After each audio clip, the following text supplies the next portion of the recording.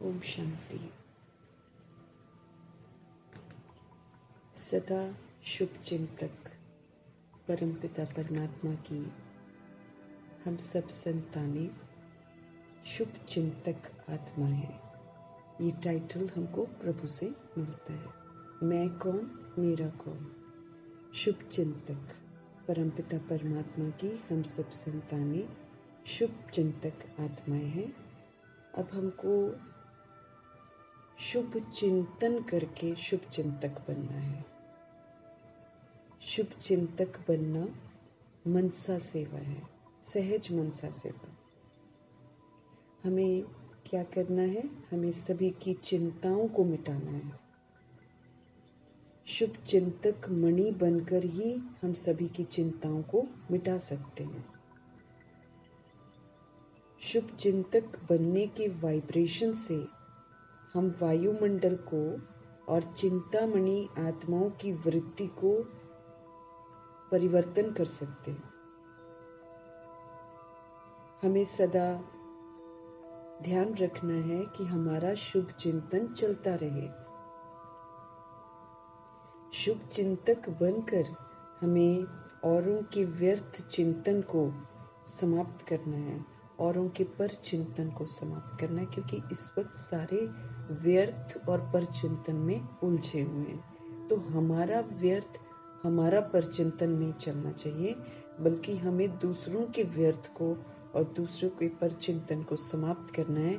उसके लिए ध्यान रखना है कि हमारा सदा शुभ चिंतन चलता रहे। ज्ञान रत्नों से भरपूर होकर ज्ञान स्वरूप बनना है और फिर शुभ चिंतक स्वरूप बनकर दूसरों के प्रति देना है। शुभ चिंतक स्थिति में हमें सदा रहना है। इससे चिंता में जो बैठी हुई आत्माएं हैं, जो दिल शिकस्त आत्माएं हैं, उनको दिल खुश करना है, उनको शीतलता का अनुभव कराना है। शुभ चिंतन से संपन्न रहकर हमें शुभ चिंतक बनकर सभी को स्नेही, सभी को सहयोगी बनाना है और सभी से संतुष्टता का सर्टिफिकेट लेना है। शुभ चिंतक बनने से ही शिव पिता परमात्मा कहते हैं कि जब हम शुभ चिंतक बनेंगे, जब हम सभी के लिए शुभ चिंतन करेंगे, तभी हम खुश रह सकते हैं। गिरी हुई आत्मा को ऊंचा उठाना है, कमजोर को समर्थ बनाना है, ना उम्मीदवार को उम्मीदवार बनाना है। कैसे बना सकते हैं? प्रभु कहते सिर्फ शुभ चिंतन करके, शुभ चिंतक बनकर। ये कर्तव्य हम आत्माओं के हैं। इसलिए बाबा कहते हैं सदा के लिए हर आत्मा के प्रति और अनेक प्रकार की जो हमारे मन में भावनाएं उठती हैं ना, उन सारी अनेक भावनाओं को परिवर्तन करके अब सिर्फ और सिर्फ शुभ सोचना है। सर्व को स्वयं से आगे बढ़ाना है, आगे रखना है, सबको श्रेष्ठ सहयोग देना है। ये ब्राह्मण आत्माओं के लिए और जनरल में सारी सोल्स के लिए। बाकी जितनी हमारे मन में तरह तरह की भावनाएं है ना, ये ऐसा है, ये वैसा है, ये कैसा है, ये सारी भावनाएं हटाकर प्रभु कहते सभी आत्माओं के प्रति सिर्फ शुभ सोचना है। सभी के प्रति श्रेष्ठ कामनाएं रखनी है, श्रेष्ठ कामनाओं का सबको सहयोग देना है, सबको श्रेष्ठ बनाना है। सदा व्यर्थ चिंतन से, पर चिंतन से हमें मुक्त रहना है। बीती बातें जो हो गई है उसका चिंतन नहीं करना है, उसको बिंदी लगाकर मणि बन सभी को श्रेष्ठ भावना, श्रेष्ठ कामना, स्नेह की भावना से, समर्थ बनाने की भावना से उनको समर्थ जो वाइब्रेशंस है वो देनी है। तो अपने कर्तव्यों का ध्यान रखते हुए सारी मुरली जो है प्रभु का समर्थ चिंतन है, शुभ चिंतन ही है। तो जो बाबा के बोल होते हैं हम आत्माओं के लिए, वही बोल हमें दूसरी सोल्स के लिए बोलने हैं। जो परमात्मा की सोच हमारे लिए है, वही संकल्प हमें सभी आत्माओं के लिए करने, सभी आत्माएं मतलब वर्ल्ड की सारी सोल्स के लिए करने। ये समझ, इसको बाबा कहते हैं ये सहज मनसा सेवा है। हम शुभ चिंतन बनकर पाठ बजा रहे हैं, शुभ चिंतक बनकर पाठ बजा रहे हैं, शुभ चिंतन मेरा चलता जा रहा है, माना मैं मनसा सेवा कर रही हूँ। और ये सभी सोल्स के लिए होना चाहिए। हम आत्माओं को पुनः अच्छा बना रहे हैं प्रभु। हम आत्माओं के अंदर से जो भिन्न भिन्न तरह की भावनाएं प्रवेश कर गई हैं, उन सारी भावनाओं से प्रभु हमें मुक्त कर रहे हैं। तो हम मीठे मीठे परमात्मा का धन्यवाद करेंगे और फिर से आज पुनः नई शिक्षाएं जो प्रभु हम आत्माओं को दे रहे हैं, उन शिक्षाओं को निराकार स्थिति में स्थित होकर हम निराकार परमपिता परमात्मा को हाजिर नाजिर करके, ब्रह्मा माँ को हाजिर नाजिर करते हुए उन्हीं से उनके महावाक्यों को समझेंगे और धारण करेंगे, इम्प्लीमेंट करेंगे और सभी के प्रति भी इन महावाक्यों को समर्पित करेंगे। करोड़ों की आबादी है जो इस समय विस्मृत है, जो द्वापर युग और कलयुग में आने वाली हैं। वो सारी सोल्स के प्रति वो डायरेक्ट तो लेंगे नहीं, लेकिन ये जो परमात्मा के महावाक्य हैं, हम लोग जब पढ़ेंगे, हम लोग जब समझेंगे प्रभु से, तो सारे के सारे वाइब्रेशंस जो हैं उन तक भी पहुँचे, उन्हें भी दे भान दे अभिमान से और बुराइयों से वैराग आए। क्योंकि जब हमारे अंदर वैराग आएगा, जब हम प्रेम से प्रभु के महावाक्य पढ़ेंगे, तो वो महावाक्यों की शक्ति जो है वो उन सोल्स को भी जागृत करेगी। उन्हें भी अंदर से ये जो बुरी बुरी चीज़ें हैं, इससे उनको नफरत आएगी और वो भी पुनः अपने स्वधर्म में लौटेंगे। क्योंकि घर वापस जाने से पहले सभी सोल्स को अपने स्वधर्म में तो लौटना ही है। इसलिए प्रभु के महावाक्य उन्हें समर्पित करते हुए हम प्रकृति के प्रति भी, हम वायुमंडल के प्रति भी और हम 5 तत्वों के प्रति भी ये महावाक्यों को समर्पित करेंगे। इनका भी शुद्धिकरण हो, क्योंकि प्रभु के महावाक्य शुद्ध शुद्ध हैं, शुभ शुभ है, समर्थ समर्थ है। तो इनके वाइब्रेशंस चारों तरफ फैले, प्रकृति को भी सुकून मिले, धरती आकाश जल वायु अग्नि को भी सुकून मिले और जो वायुमंडल है उसको भी सुकून मिले। क्योंकि वो व्यर्थ से, परचिंतन से, नकारात्मकता से, विकारों से एकदम ग्रसित है। उसमें प्रभु के महावाक्यों की खुशबू जो है वो जाकर उनको फिर से सशक्त बनाए। इन्हीं दुआओं के साथ देखते हैं आज हमारे परमपिता परमात्मा किस नवीनता से हम आत्माओं को पुनः अपने ओरिजिनल की तरफ लेकर जाते हैं। तो मीठे मीठे बाबा बोले, मीठे बच्चे, बाप जो सुनाते हैं वो तुम्हारे दिल पर छप जाना चाहिए। जो हमारे मीठे परमात्मा हमको सुनाते हैं, एक यही तो सत्य है। तो जो बाप हमको सुनाते हैं वो हमारे दिल पर छप जाना चाहिए। आत्मा के अंदर ही दिल है, उस दिल में छप जाना चाहिए। तुम यहाँ आए हो सूर्यवंशी घराने में ऊंच मर्तबा पाने के लिए। प्रभु जी राजयोग सिखाते हैं, हमको राजा बनाते हैं। वो सिर्फ सचखंड का वर्षा देते हैं, उसके अतिरिक्त जो भी लेते हैं वो हम अपने पुरुषार्थ अनुसार लेते, वो प्रभु कभी नहीं देते, वो ऑटोमेटिकली मिलता है। भगवान प्रजा योग नहीं सिखाते हैं, भगवान हम आत्माओं को राजयोग सिखाते हैं। वो हमको सूर्यवंशी घराने में जो मर्तबा लेना चाहिए, उस ऊंच मर्तबा पाने की शिक्षा देते हैं। अगर प्रभु की शिक्षाएं मेरे दिल पर, चित्त पर छप जाएं और मैं आत्मा उसी अनुसार चलूं, तो मैं सूर्यवंशी घराने का मर्तबा प्राप्त करूंगी। अगर बीच में मेरा अपना मनमत चलता है, परमत चलता है, पर चिंतन प्रदर्शन चलता है, फिर हम वही प्रजा में चले जाएंगे या फिर दास दासी बन जाएंगे। तो हमें अपना ध्यान रखना है। भगवान हम आत्माओं को समझ देते हैं कि बाप जो सुनाते हैं वो हमारे दिल पर छप जाना चाहिए। तुम यहाँ आए हो, याद दिला रहे हैं हम क्यों प्रभु के पास आए हैं। सूर्यवंशी, हम सब सूर्यवंशी घराने में ऊंच मर्तबा पाने के लिए प्रभु के पास आए हैं। तो फिर धारणा भी तो करनी पड़ेगी ना। सूर्यवंशी घराना विजयी रत्नों का घराना है, 108 आत्माओं का घराना है, विष्णुपुरी है वो। सच्चे वैष्णव उसमें जाते हैं, जो देह के नाम रूप लेबल्स को बिल्कुल संगम युग में समाप्त कर देते हैं। फिर से बचपन में लौटते हैं, जब नाम भी नहीं मालूम, रूप भी नहीं मालूम। जैसे छोटा बेबी होता है, उसको नहीं मालूम है नाम रूप क्या होता है, जो बिल्कुल इनोसेंट होता है, जो पहली बार आता है, जो सतयुग में आता है। अभी तो संस्कारों के प्रमाण आते हैं ना, इसलिए भिन्न भिन्न रूप से आते। कोई रोता ही रहता है, कोई बीमार वाला होता है, ऐसा वाला नहीं। लेकिन वो बचपन में लौटना है, सतयुगी बचपन में लौटना है, जो सतयुग का बचपन होगा। वो बड़ा इनोसेंट होगा, वो बड़ा मासूम होगा। उस बचपन में आपको लौटना है, अभी वाला नहीं। अभी तो बड़े सारे उसके अंदर संस्कार होते हैं, इसीलिए वो जैसे पहले बच्चे होते थे ना, वो बड़े इनोसेंट होते थे, वो सबके पास चले जाते थे। अब वाले तो रोते भी हैं, किसी के साथ उनका कार्मिक अकाउंट भयंकर होता है तो उसकी गोदी में जाकर बहुत रोते हैं। तो अभी तो डिफरेंट है, इनोसेंस नहीं है, क्योंकि बड़े सारे संस्कारों की परतें हैं उसके ऊपर। लेकिन जो हम सतयुग में होंगे, वो सतयुग वाला तो बिल्कुल मासूम, एकदम इनोसेंट। उस मासूमियत में लौटना है। उस मासूमियत में जब लौटेंगे तो नाम, रूप, जाति, राष्ट्र, भाषा, ये सारे लेबल्स जो हैं बिल्कुल इरेज हो जाएंगे। तो वो अभी हमें करना है। तो भगवान जो सुनाते हैं, अब भगवान अगर मुझे कहते हैं कि तुम आत्मा हो, तुम पवित्र आत्मा हो, तो ये मेरे छप जाना चाहिए। फिर चलते फिरते मैं कैसे चलूं? मैं पवित्र आत्मा हूँ, मैं शुद्ध आत्मा हूँ, मैं परम धाम निवासी हूँ, छप जाना चाहिए। मैं परमात्मा का बच्चा हूँ, छप जाना चाहिए।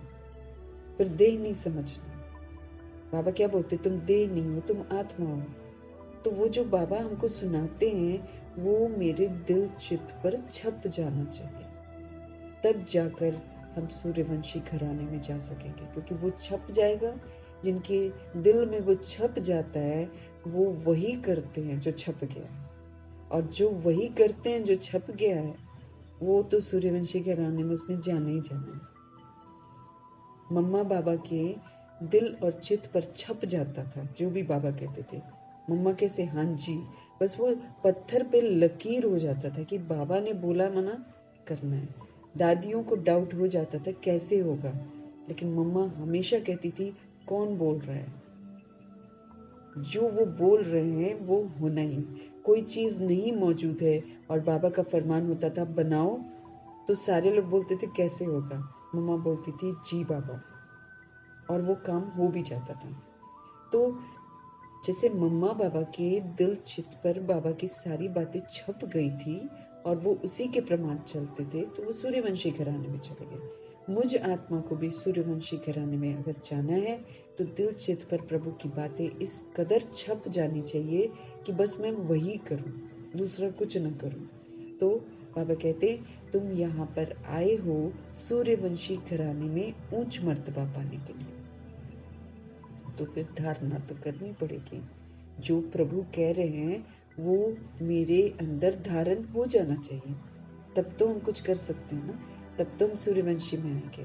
तो ध्यान रखेंगे प्रभु की ये जो बोल है, ये मेरे चित्त पर छप जाएं, ये मेरे दिल में छप जाएं कि हम सूर्यवंशी घराने का मर्तबा लेने के लिए आए हैं। हमको धारणा करनी है, जो बाबा कह रहे हैं वो मेरे चित्त पर, दिल पर छप जाना चाहिए। उसके अतिरिक्त मुझे कुछ और करना नहीं है, इस बात का अटेंशन रखना है। आज का प्रश्न है, सदा रिफ्रेश रहने का साधन क्या है? हम कैसे सदा रिफ्रेश रह सकते हैं? ऑलवेज जैसे नहीं होता, एकदम ताजगी बनी रहे, पूरा संगम युग ताजगी बनी रहे।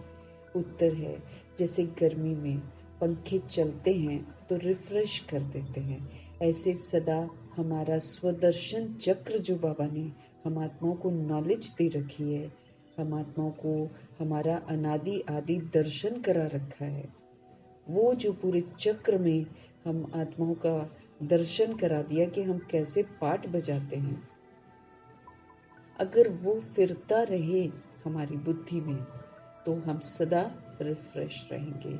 मैं अनादि आदि सतोगुनी सतयुगी देव आत्मा हूँ। ये चक्र फिरता रहे तो हम सदा रिफ्रेश रहेंगे। बच्चे पूछते हैं, स्वदर्शन चक्रधारी बनने में कितना समय लगता है? बाबा कहते हैं, बच्चे 1 सेकंड लगता है। तुम बच्चों को स्वदर्शन चक्रधारी जरूर बनना है। क्यों? क्योंकि इससे ही तो तुम चक्रवर्ती राजा बनोगे। स्वदर्शन चक्र जो फिराते रहते हैं वही सूर्यवंशी घराने में जाते हैं,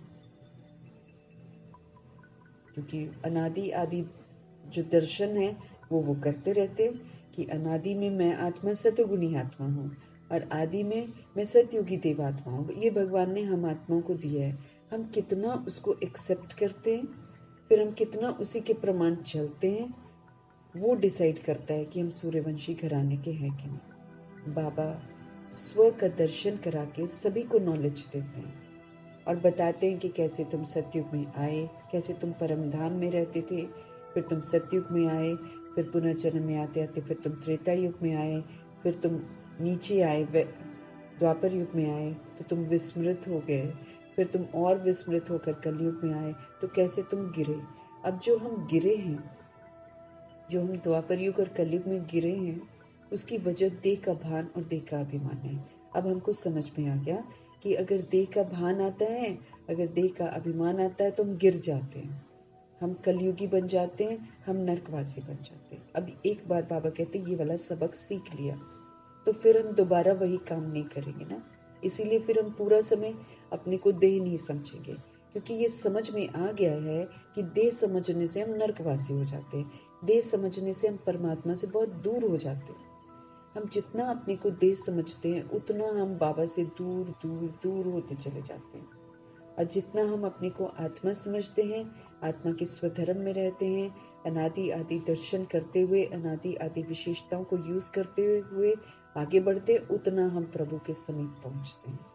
तो एक बार गिरती कला का सबक सीखकर फिर भगवान कहते दोबारा अपने को देह समझना नहीं, क्योंकि जब हम देह समझते हैं तो हम देह को देखते हैं, हम देह को देखते हैं तो कमी कमजोरियों को यूज करते हैं, फिर तो हम रौरव नरकवासी फिर से बन जाते हैं। इसीलिए देह देखनी नहीं है, देह खुद को समझना नहीं है, अपने को आत्मा समझना है, 7 गुणों को यूज करना है, 36 गुणों को यूज करना है, उसके भी अतिरिक्त जो गुण प्रभु सिखाते हैं उसको यूज करना है, अष्ट शक्तियों को यूज करना है। और इस स्वदर्शन चक्र से ये जब हम करते हैं तो फिर क्या बन जाएंगे?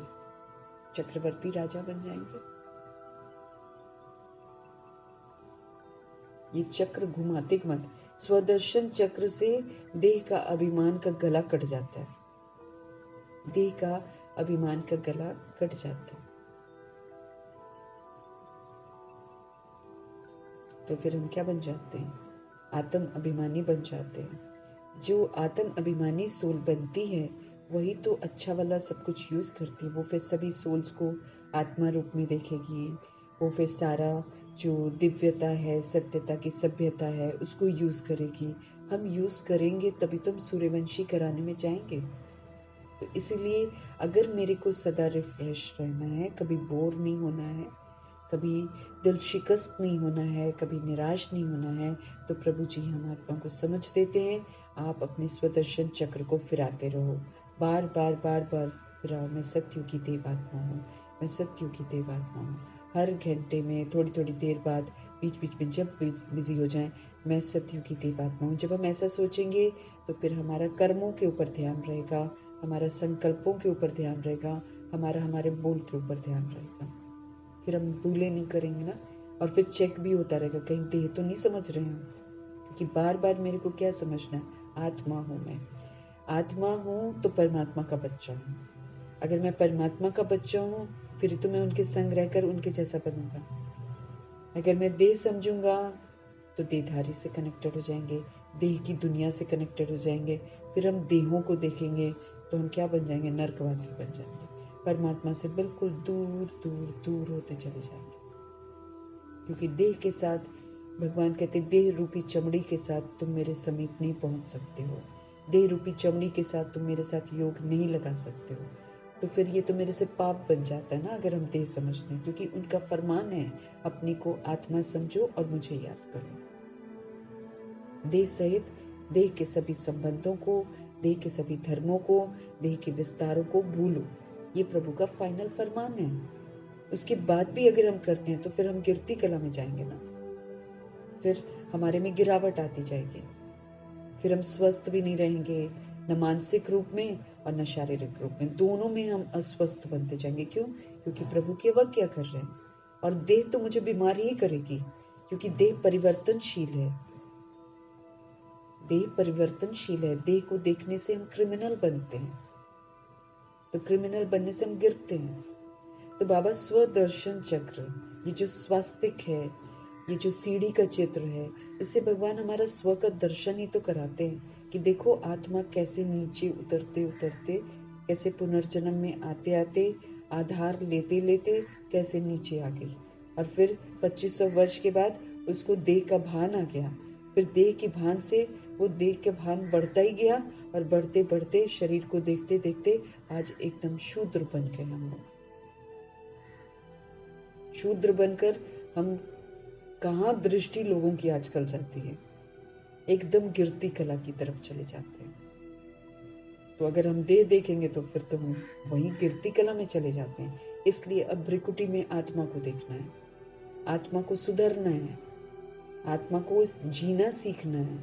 जीना प्रभु सिखा रहे हैं। तो सदा रिफ्रेश रहने के लिए, कभी भी हम बोर नहीं हो, हमें स्वदर्शन चक्र फिराते रहना है।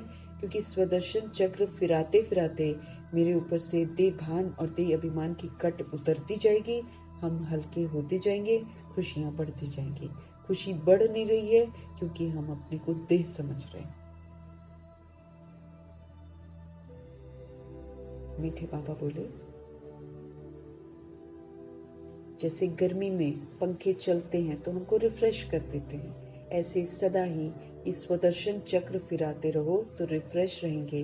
बच्चे पूछते हैं स्वदर्शन चक्रधारी बनने में कितना समय लगता है? भगवान कहते हैं बच्चे 1 सेकंड ही तो लगता है। तुम बच्चों को स्वदर्शन चक्रधारी जरूर बनना है, क्योंकि इससे ही तुम चक्रवर्ती राजा बनेंगे। स्वदर्शन चक्र फिराने वाले सूर्यवंशी बनते हैं। ओम शांति। पंखे भी फिरते हैं, सबको रिफ्रेश करते हैं। तुम भी स्वदर्शन चक्रधारी बन बैठते हो तो बहुत रिफ्रेश होते हो। स्वदर्शन चक्रधारी का अर्थ भी कोई नहीं जानते हैं, तो उनको समझाना चाहिए। नहीं समझेंगे तो फिर चक्रवर्ती राजा नहीं बनेंगे। स्वदर्शन चक्रधारी का निश्चय अगर होगा कि हम चक्रवर्ती राजा बनने के लिए स्वदर्शन चक्रधारी बने हैं। श्री कृष्ण को भी चक्र दिखाते हैं, लक्ष्मी नारायण कंबाइंड को भी देते हैं ना, विष्णु को देते हैं चक्र, कृष्ण को देते हैं चक्र। उन्हीं को दिखाते हैं कि अंतिम जो है युद्ध हो रहा है, अंतिम शस्त्र जो है वो चक्र ही है। और ये जब चलता है तो ये गला काट के ही वापस आता है। वो स्थूल रीति में दिखा देते हैं, क्योंकि अब सूक्ष्म कैसे दिखाए। अब हम तो सूक्ष्म पुरुषार्थ करते हैं, किसी को दिखाई थोड़ी देता है। हम सूक्ष्म अंदर में अपने आप को नॉलेजफुल होकर उस चक्र को घुमाते हुए अपने अंदर के देह अभिमान और भान को खत्म करते हैं। हम तो सूक्ष्म करते हैं, लेकिन अब ड्रामा में कैसे दिखाया जाए, क्योंकि संगम युग की हर चीज का ड्रामा जो है स्पष्टीकरण किसी तरीके से करता ही है। अब उसकी जो मतलब है यथार्थ वो प्रभु करते हैं, लेकिन ड्रामा उसको दिखाता जरूर है। तो इसलिए अब कैसे दिखाए स्वदर्शन चक्र, ये तो नॉलेज है, तो वो लोग फिर स्थूल वाला दिखाते हैं। और यहाँ पर हमको समझ मिलती है कि जब हम स्वदर्शन चक्र घुमाते हैं तो हमारे देह का अभिमान जो है वो कटता है। जब देह का अभिमान कटता है तो हम फिर निखरते हैं, आत्म अभिमानी बनते हैं। अब वो कैसे दिखाएं, इसलिए वो चक्र दिखाते हैं और उसमें जो कहानियां बना देते हैं वो ऐसी बनाते हैं कि अंतिम शस्त्र यही चलता है, ये बहुत लास्ट में यूज होता है, इसको चलाओ तो कि जिसके लिए चला है वो दुश्मन का गला काट के ही आएगा। तो दुश्मन तो मेरे अंदर ही बैठे हुए हैं ना, मेरी बुद्धि में बैठे हुए हैं दुश्मन। मेरा दुश्मन, आत्मा का दुश्मन क्या है? आत्मा का दुश्मन देह का भान है, देह का अभिमान है, काम है, क्रोध है, लोभ है, मोह है, अहंकार है, ईर्ष्या है, द्वेष है।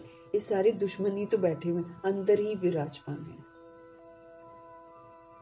तो जितना हम स्वदर्शन चक्र अनादि आदि विशेषताओं को बुद्धि में फिराते जाएंगे, अरे मैं तो सतुगुणी आत्मा हूँ, मैं सत्य की देव आत्मा हूँ, मैं परमधाम निवासी हूँ, मैं परमात्मा का बच्चा हूँ। ये जितना हम बोलते जाएंगे, समझते जाएंगे, अंदर चक्र घुमाते जाएंगे, उतना जो है देह का भान कटता चला जाएगा, देह का अभिमान कटता चला जाएगा। क्योंकि समझ में आएगा, अरे मैं तो यहाँ की रहने वाली नहीं, मैं ज्योति बिंदु रॉयल आत्मा हूँ, परमपिता परमात्मा की संतान हूँ, ऊंचे धाम की मैं रहने वाली आत्मा हूँ, यहाँ की तो मैं हुई नहीं। तो स्वदर्शन चक्रधारी को बाबा कहे निश्चय होगा कि हम चक्रवर्ती राजा बनने के लिए स्वदर्शन चक्रधारी बने हैं। श्री कृष्ण को चक्र दिखाते हैं, विष्णु के लक्ष्मी नारायण का जो कंबाइंड रूप है विष्णु, उनके हाथ में भी चक्र दिखाते हैं। वो इस बात का सूचक है कि जब हम स्वदर्शन चक्र की नॉलेज को घुमाते हैं, फिराते हैं, देह अभिमान खत्म करते हैं, तो हम नारायण बनते हैं, हम लक्ष्मी बनते हैं। अकेले को भी देते हैं, नारायण जी को भी अकेले दिखाएंगे तो देते हैं। स्वदर्शन चक्र को भी समझना है, तभी तो चक्रवर्ती राजा बनेंगे। बात तो बहुत सहज है, नहीं तो बाबा बोलते रहते ना स्वदर्शन चक्रधारी बनो, लेकिन आत्माओं को समझ में नहीं आता है। ये नॉलेज ही है जो बुद्धि में घूमती रहे। तो जब हम नॉलेज को बुद्धि में घुमाते हैं तो फिर रियलाइज करते हैं ना, जब रियलाइजेशन हो जाता है तो फिर हम देह थोड़ी समझेंगे।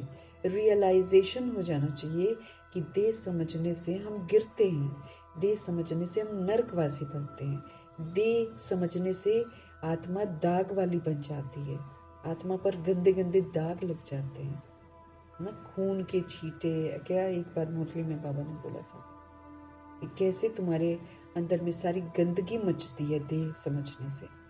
तो जब मेरे को पता चल जाएगा, मैं आधा कल्प अपनी गिरावट देखूंगी कि आंख देखने के बाद फिर धीरे धीरे हम कैसे सीढ़ी नीचे उतरते हैं और कैसे हम रौरव नरकवासी बन जाते हैं। तो जब समझ आ गई तो फिर हम देह थोड़ी समझेंगे, फिर हम आत्मा समझेंगे। आत्मा समझेंगे तो फिर मेरे को समझ आएगा कि भाई अब 7 गुणों को यूज करना है। अब मुझे जितने भी दैवी गुण प्रभु ने बताए हैं वो सारे दैवी गुण मेरे आचरण में होने चाहिए। फिर उन दैवी गुणों को आचरण में लाने के लिए भगवान ने हमें अष्ट शक्तियां दी हैं, क्योंकि हमको समाना भी पड़ेगा, हमको विस्तार को सार में भी लाना पड़ेगा, हमको कई बातों को लेट गो भी करना पड़ेगा, है ना, समेटना पड़ेगा, हमें सभी को एक्सेप्ट भी करना पड़ेगा, फिर हमें परखना भी पड़ेगा, हमें तभी हम डिसाइड कर पाएंगे। फिर माया आएगी, कमी कमजोरियां आएंगी, देह का भान आएगा, देह का अभिमान आएगा, लेकिन मुझे यूज नहीं करना है, उसके लिए मुझे सामना करने की शक्ति को यूज करना है। फिर मुझे सभी सोल्स को सुख का, शांति का, प्रेम का, आनंद का, दिव्यता का, शक्तियों का सहयोग देना है।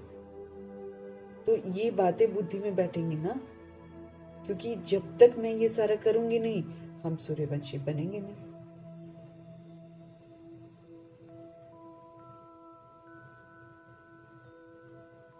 तो स्वदर्शन चक्र को समझना है, तभी तो चक्रवर्ती राजा बनेंगे। बात तो बहुत सहज है। बच्चे पूछते हैं बाबा स्वदर्शन चक्रधारी बनने में कितना समय लगेगा, तो बाबा कहते रियलाइजेशन है ना, तो बाबा कहते 1 सेकंड लगेगा, फिर तुम बनते हो विष्णुवंशी। जब हम अभी स्वदर्शन चक्रधारी बनते हैं, अभी संगम युग में हम स्वदर्शन चक्रधारी बनते हैं, तो ये स्वदर्शन चक्रधारी बनकर अपना अनादि आदि दर्शन करके, अनादि आदि जो विशेषताएं हैं वो यूज करते हैं प्रैक्टिकल में, उसका सबूत देते हैं संगम युग में, तभी तो विष्णुवंशी बनते हैं, तभी आएंगे ना विष्णु के घराने में नारायण जी के साथ। विष्णुवंशी बनने के लिए पहले तो शिववंशी हमको बनना पड़े, पहले हमको शिव बाबा का बच्चा बनना पड़े, शिव बाबा जो कहते हैं वो करना पड़े, तब तो हम बनेंगे विष्णुवंशी।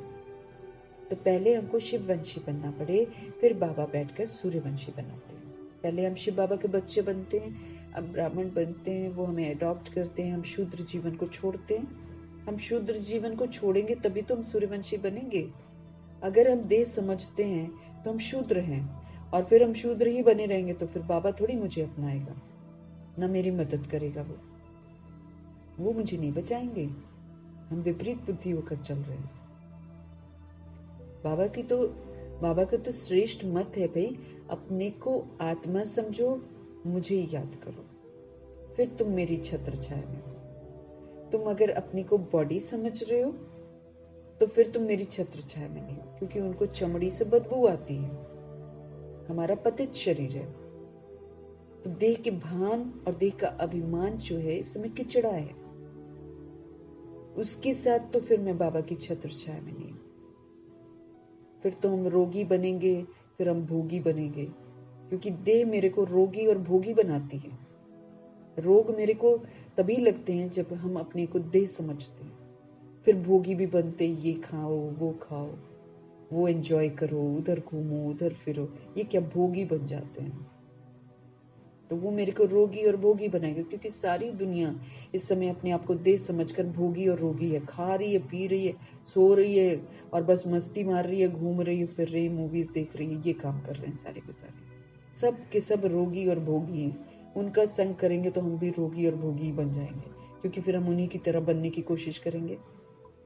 देह तो मर जाएगी, जो कमाई सच्ची करनी है वो कब करेंगे फिर। ये जब तक हम इंस्ट्रूमेंट में हैं, तब इंस्ट्रूमेंट में रहकर मेरे को सूर्यवंशी ही तो बनना है। हम तो फिर शूद्र जीवन देख रहे हैं। अगर हम कलयुग देख रहे हैं, अगर हम अपने को देह समझ रहे हैं, तो हम तो अभी तक शूद्रवंशी हैं।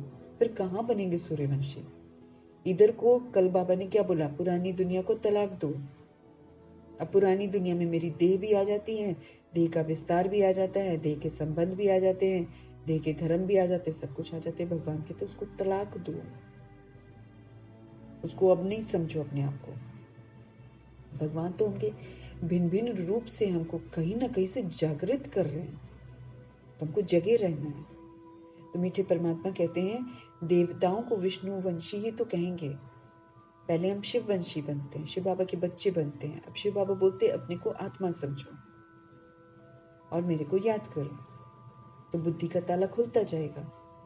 भगवान की बातें छपती जाएंगी, नहीं तो छपेंगी नहीं ना। भगवान की बातें छपेंगी नहीं जब तक हम देह अपने आप को समझते हैं। यहाँ पर रिकॉर्डिंग ही नहीं होगी भगवान की बातों की। देवताओं को विष्णुवंशी ही कहेंगे। विष्णुवंशी बनने के लिए पहले तो शिववंशी बनना पड़े, फिर जो शिव बाबा कहते वो करना पड़े, फिर बाबा बैठकर हमको सूर्यवंशी बनाते हैं, हमको सिखाते हैं क्या करना है क्या नहीं करना है।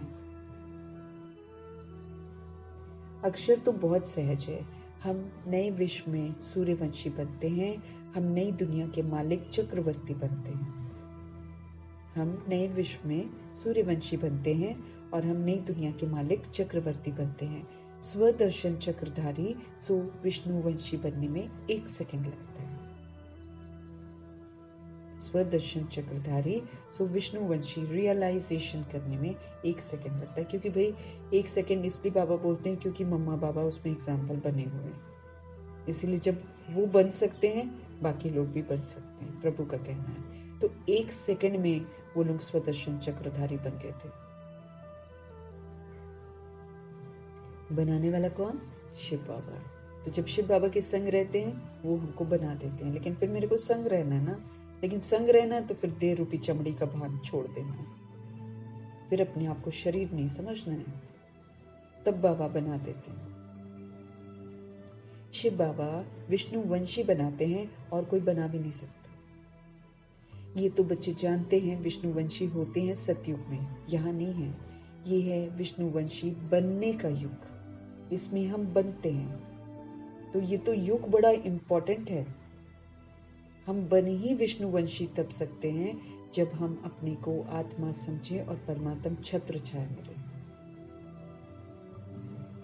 शरीर समझेंगे तो हम परमात्म छत्र छाया में नहीं रहते हैं। ये तो बाबा हमको बोलते हैं कि दुनिया सारे बच्चे कहते हैं हम तो सारा दिन योग लगाते हैं, हमारा तो 8 घंटा क्या, हम तो योग ही में रहते। कुछ सोल्स ऐसे बोलती हैं। बाबा कहते 2 मिनट भी नहीं। क्यों कहते हैं? क्योंकि सारी सोल्स जो 8 घंटे का दावा करती हैं या हर समय का दावा करती हैं, वो सारे के सारे बॉडी कॉन्शियस होकर योग कर रहे हैं, वो अपने नाम रूप से योग कर रहे हैं। तो वो योग तो लग ही नहीं रहा भगवान के साथ, विक्रम विनाशी नहीं हो रहे हैं। यहाँ तो योग लगाने के लिए नाम रूप के भान से अलग होना है, आत्मा समझकर परमात्मा से योग लगाना, तब योग लगता है।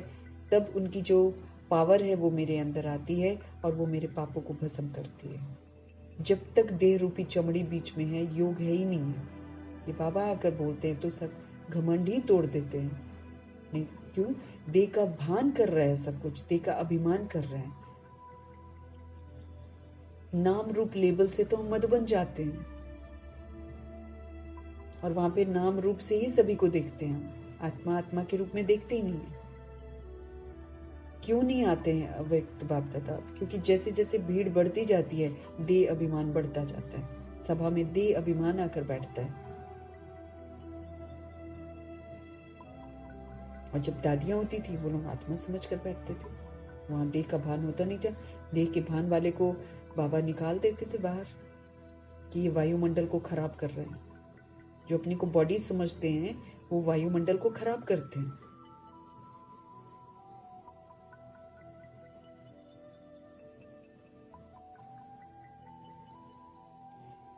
ये है विष्णुवंशी बनने का युग। ये समय चल रहा है विष्णुवंशी बनने के लिए। आत्मा बनकर ही हम विष्णुवंशी बन सकते हैं। देह समझकर तो हम कमी कमजोरियों को यूज करते रह जाएंगे। हम तो कभी भी विष्णुवंशी नहीं बन पाएंगे। अगर मेरे को विष्णु के घराने में जाना है, तो मुझे अपने को आत्मा समझना है। यही रियलिटी है। तभी हम 7 गुणों को यूज कर सकेंगे, क्योंकि हम आत्मा समझेंगे तो सबको आत्मा रूप में देख पाएंगे। हम देह समझेंगे तो देह ही दिखाई देगी। फिर हमारे मन में किसी न किसी के प्रति ईर्ष्या, द्वेष, आकर्षण, विकर्षण होता ही रहेगा। तो हम तो फिर दाग वाले हो गए ना। फिर तो हम कहाँ जाएंगे? विष्णुवंशी में तो एंट्री नहीं है। हाँ, तो नाम रूप लेबल्स जब पूरी तरह खत्म हो जाएंगे बुद्धि से, वही लोग एंटर करते हैं उसके अंदर। तो ये संगम युग जो है, ये विष्णुवंशी बनने का युग है। ये सूर्यवंशी बनने का युग है। इसमें मुझे पुरानी दुनिया को नहीं देखना। मेरे पास तो होमवर्क ही बहुत है। दुनिया तो खत्म होने वाली है। तो जो खत्म होने वाली दुनिया है, कलयुग की दुनिया, वो तो छीछी दुनिया है। उसको हम क्यों देखें? उसको देखेंगे तो हम छीछी बनेंगे। हम शोक वाटिका में बैठे रहेंगे, सारा दिन शोक में रहेंगे। बाबा ने हमको क्या बोला?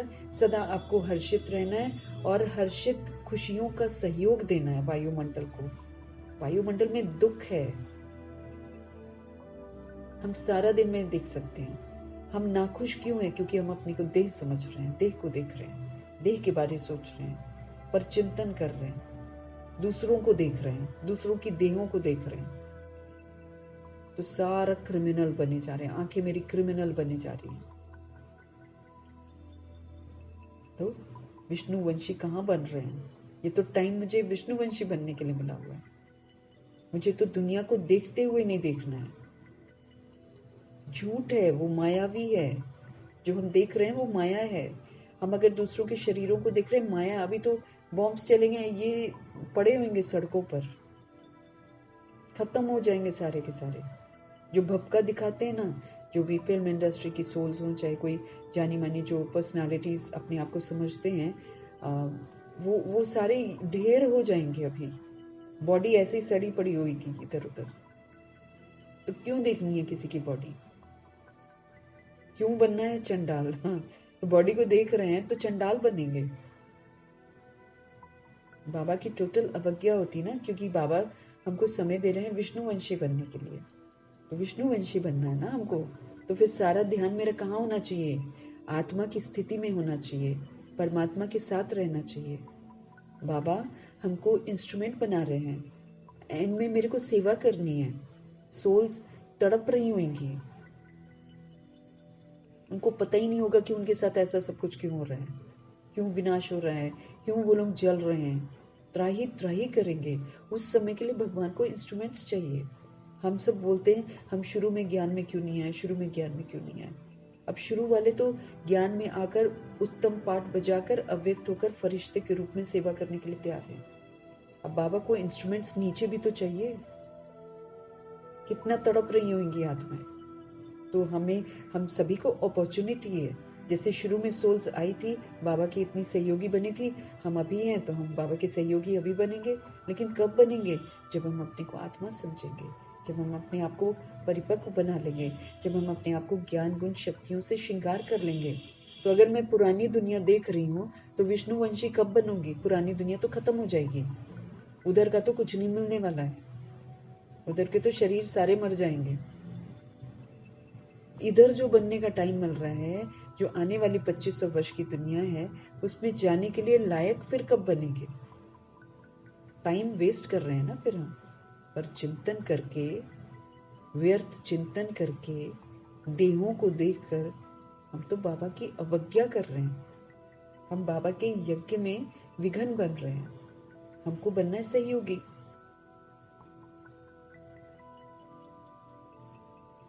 तुम यहाँ आते ही हो विष्णुवंशी में आने के लिए, जिसको सूर्यवंशी कहते हैं। ज्ञान सूर्यवंशी अक्षर बहुत अच्छा है। विष्णु था सतयुग का मालिक, उसमें लक्ष्मी नारायण दोनों हैं। यहाँ बच्चे आए हैं लक्ष्मी नारायण अथवा विष्णुवंशी बनने के लिए। हमको मालूम है हम किस लिए आए हैं। इसको याद तो रखना है ना मेरे को। हम इसको याद नहीं रखते हैं, हम फिर वही पुरानी दुनिया में फंसे रहते हैं। पुरानी दुनिया में क्या हो रहा है वो देख रहे हैं। पुरानी दुनिया में कौन क्या हमको कर जाता है, हम उसका चिंतन करते हैं। भगवान कहते हैं रिटर्न जर्नी है, बहुत कुछ जिंदगी में होगा, बहुत सारे साइड सीन्स आएंगे। हमको क्या करना है, फुल स्टॉप लगाकर सीधे आगे बढ़ते चले जाना है। ये भगवान ने बोला, फिर मैं तुम्हारा पूरा साथ दूंगा। अब मैं अगर फंस जाती हूँ और फिर क्यों क्या कैसे करती हूँ, तो फिर भगवान को तो मैं छोड़ रही हूँ ना, फिर भगवान मदद नहीं करते।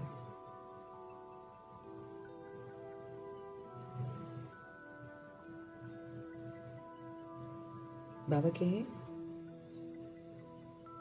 यहाँ बच्चे आए हैं लक्ष्मी नारायण अथवा विष्णु वंशी बनने के लिए। इसमें तो खुशी भी बहुत होती है। बाबा कहे खुशी भी बहुत होती है। नई दुनिया, नई विश्व में, गोल्डन एज विश्व में विष्णुवंशी बनना है। तो ये सारा संगम युग तो बहुत इंटरेस्टिंग युग है। ये प्रभु के साथ रहने का युग है। ये सदा खुश रहने का युग है। दुख धाम में तो दुख है, वहां दुश्मनी है, दुख है, छल कपट है, रोग है, भोगी है, भोगना है वहां पर। आज आत्माएं भोगी बन गई हैं। ये पहनना है, ऐसा दिखना है, वैसा दिखना है, ये खाना है, ये पीना है। सुबह उठ रहे हैं, खाना बना रहे हैं, खा रहे हैं, फिर खाना बना रहे हैं, फिर खा रहे हैं, फिर रात को खाना बना रहे हैं, फिर खा रहे हैं, सो रहे हैं, फिर सुबह उठ रहे हैं, फालतू बातें कर रहे हैं। बस ऐसी जिंदगी है बाहर। हम तो खुश नसीब हैं कि भगवान के बने हैं। कितनी अच्छी अच्छी पढ़ाई हमको मिल रही है, अच्छा सोचने को मिल रहा है। अब लग रहा है कि हम जी रहे हैं, नहीं तो व्यर्थ जीवन था। हम अपना देख सकते ना पहले क्या करते थे। ब्रेकफास्ट बना, ब्रेकफास्ट लिया, स्कूल गए, कॉलेज गए, जॉब पर गए, वापस आए, दोपहर में खा लिया, रात में खा लिया, टीवी देख लिया, बैठ लिया, सो लिया। एकदम यूजलेस लाइफ, भोगी, रोगी। अभी बाबा हमको निरोगी बना रहे हैं, हमको जीना सिखा रहे हैं, हमको सत्यता और सभ्यता के संस्कार, दिव्यता के संस्कार धारण करवा रहे हैं। करेंगे तो 2500 वर्ष की राजधानी में आएंगे, नहीं तो वही नर्क में मरेंगे और नर्क में तड़पेंगे, सजाएं खाएंगे, ट्रिब्यूनल बैठेगी। जैसे कल बाबा ने क्या बोला था, ट्रिब्यूनल बैठेगी और बाबा बोलेगा कुल्हाड़ी से इनको काटो। ये सुनते नहीं थे ना, अब इनको काटो। इन द सेंस कि पनिश करो इनको। कोई काटेंगे थोड़ी, आत्मा को क्या काटेंगे क्या, लेकिन नहीं, आत्मा को ऐसा अनुभव होगा कि मैंने, क्योंकि हम सब अगर प्रभु की श्रीमत की अवज्ञा करते हैं तो हम करोड़ों आत्माओं को मिसगाइड करते हैं। हम आत्मा समझेंगे तो वो जो विस्मृत सोल्स है ना, करोड़ों की, 800 करोड़ आबादी में से कितनी करोड़ों की आबादी, 16,108 33 करोड़ भी पूरा नहीं जगते हैं। इसमें भी आधे जगते हैं तो आधे नहीं जगते हैं, क्योंकि वो लॉ भी बनाते हैं, उल्टे लॉ भी बनाते हैं, जो आज कलयुग में चल रहा है। जो कलयुग में चल रहा है वो यहाँ पर सोल्स करती हैं। 33 करोड़ वाली सोल्स में से कुछ सोल्स ऐसे काम भी करती हैं, लॉ बनता है, हम निमित्त बन जाते हैं। तो हम अगर अभी भी श्रीमत की अवज्ञा करते हैं तो हम करोड़ों को मिसगाइड करते हैं। अपने को देह समझ रहे हैं, करोड़ों को मिसगाइड कर रहे हैं, क्योंकि ये झूठ है। हम सोल्स हैं, हमको सत्य में स्थित होकर उनको जागृत करना। वो हमारे से कोर्स नहीं करेंगे, वो हमारे से एक भी बात नहीं सुनेंगे। वो मेरी अवस्था से परिवर्तन होंगे। मेरी आत्म अभिमानी अवस्था उनको परिवर्तन करेगी।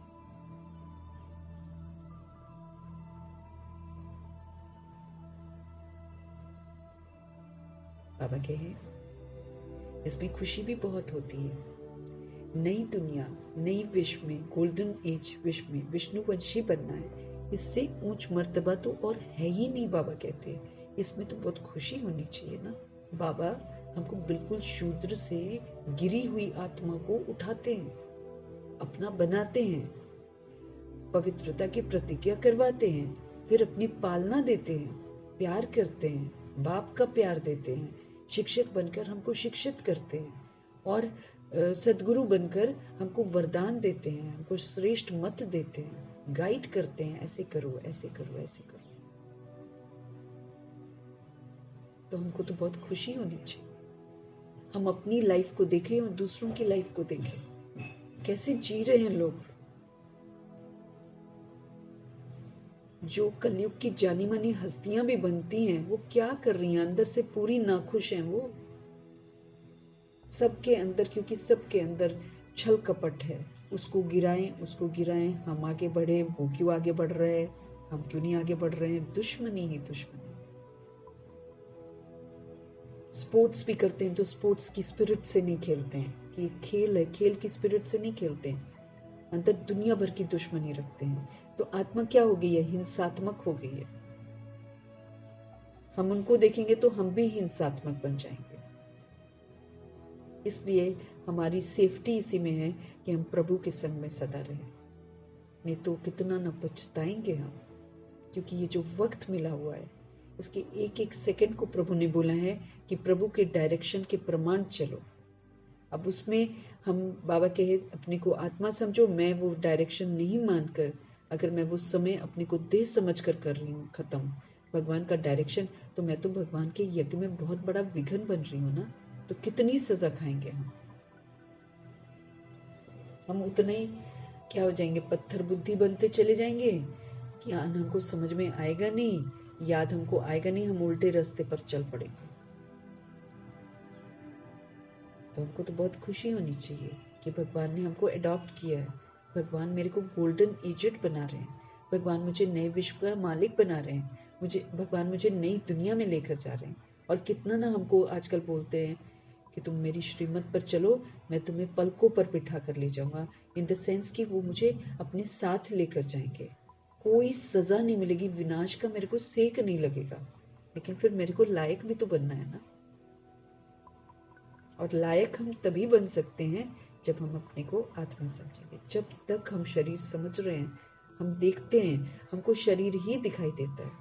और शरीर दिखाई देता है तो शरीर की कमियां दिखाई देती हैं। उसी के अनुसार फिर मेरे संकल्प चलते हैं, उसी के अनुसार फिर मेरे बोल निकलते हैं, उसी के अनुसार फिर मेरे कर्म होते हैं।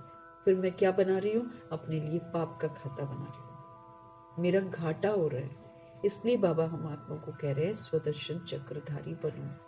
स्व का दर्शन करो। आप आत्मा हो, आप अनादि आदि विशेष आत्मा हो। प्रदर्शनी में तुम समझाते हो, तुम्हारी एम ऑब्जेक्ट ही ये है। बोलो ये बहुत बड़ी यूनिवर्सिटी है। हम सब गॉडली यूनिवर्सिटी के स्टूडेंट्स हैं, भगवान की यूनिवर्सिटी। रियलाइजेशन, प्रभु कई बार बोलते ना, रियलाइजेशन नहीं होता है। प्रदर्शनी में तुम समझाते हो, तुम्हारी एम ऑब्जेक्ट ही ये है। बोलो ये बहुत बड़ी यूनिवर्सिटी है। इसको कहा जाता है रूहानी स्पिरिचुअल यूनिवर्सिटी। कितने प्यारे प्यारे नाम, गॉडली यूनिवर्सिटी, रूहानी स्पिरिचुअल यूनिवर्सिटी। रूह को पढ़ाते हैं भगवान, तो फिर रूह बनकर पढ़ना पड़ेगा ना। अगर शरीर समझकर तो पल्ले नहीं पड़ेगी भगवान की पढ़ाई। तो इसको कहा जाता है रूहानी स्पिरिचुअल यूनिवर्सिटी। एम ऑब्जेक्ट इस चित्र में है। बच्चों को ये बुद्धि में रखना चाहिए, कैसे लिखें जो बच्चों को समझाने में 1 सेकंड लगे। इंटरेस्टिंग वे क्रिएट करना पड़ेगा ना। कैसे लिखें जो बच्चों को समझाने में 1 सेकंड लगे।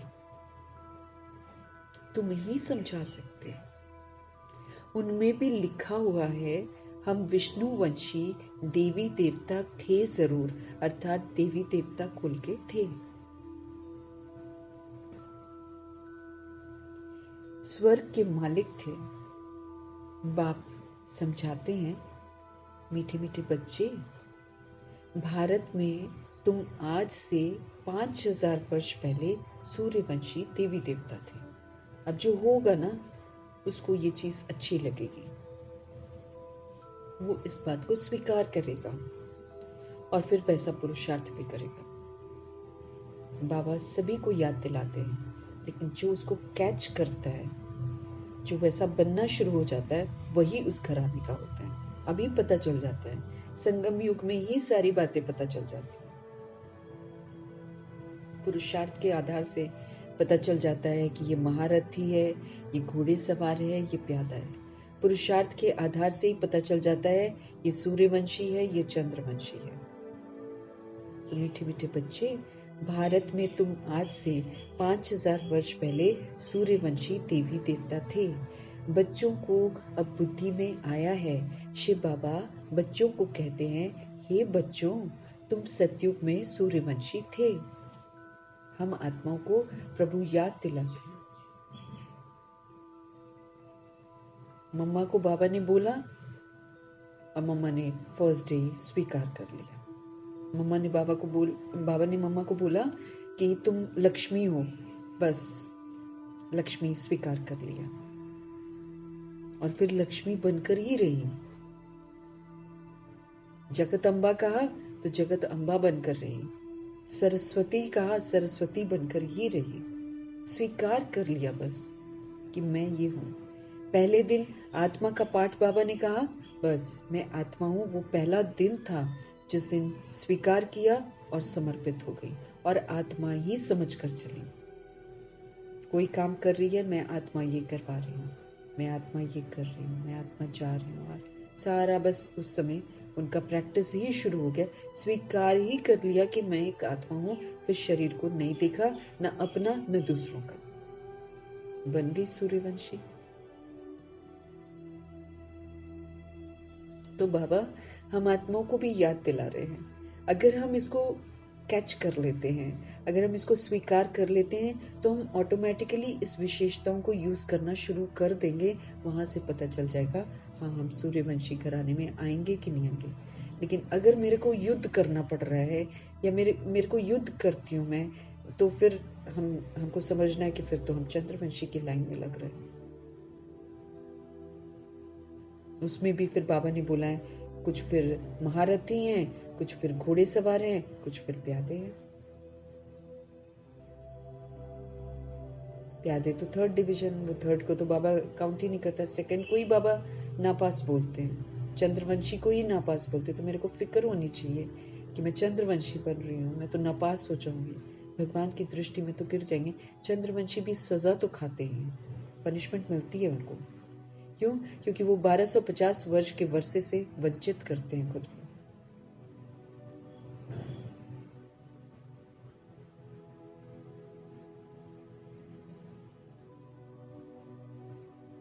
बाबा कहे, मीठे मीठे बच्चे, भारत में तुम आज से 5000 वर्ष पहले सूर्यवंशी देवी देवता थे। बच्चों को अब बुद्धि में आया है। शिव बाबा बच्चों को कहते हैं, हे बच्चों, तुम सतयुग में सूर्यवंशी थे। शिव बाबा आया था सूर्यवंशी घराना स्थापन करने। बरोबर भारत स्वर्ग था, यही पूज्य थे। पुजारी कोई भी नहीं था, पूजा की कोई सामग्री ही नहीं थी। बता रहे हैं स्वर्ग का सीन।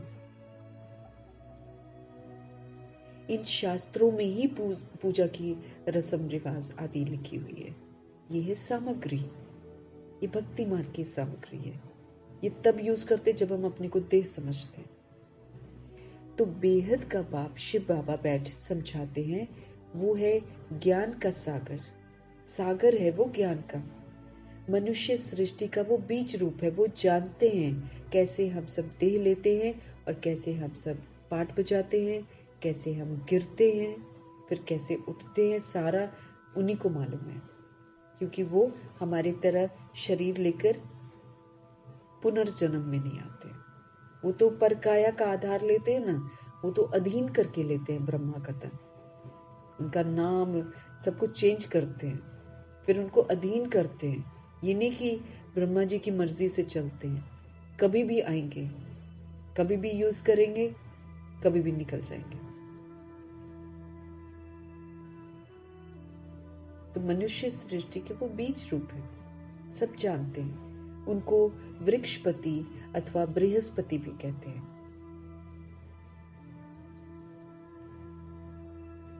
बृहस्पति की दशा, परमात्मा की दशा अभी संगम युग में है। इसी दशा के अंदर रहना है मुझे। जिसका बृहस्पति ठीक है, उसके सारे ग्रह ठीक है।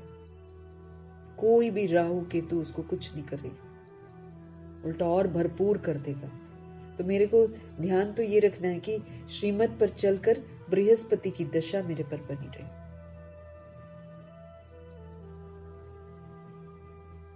बृहस्पति की दशा ऊंच ते ऊंच होती है।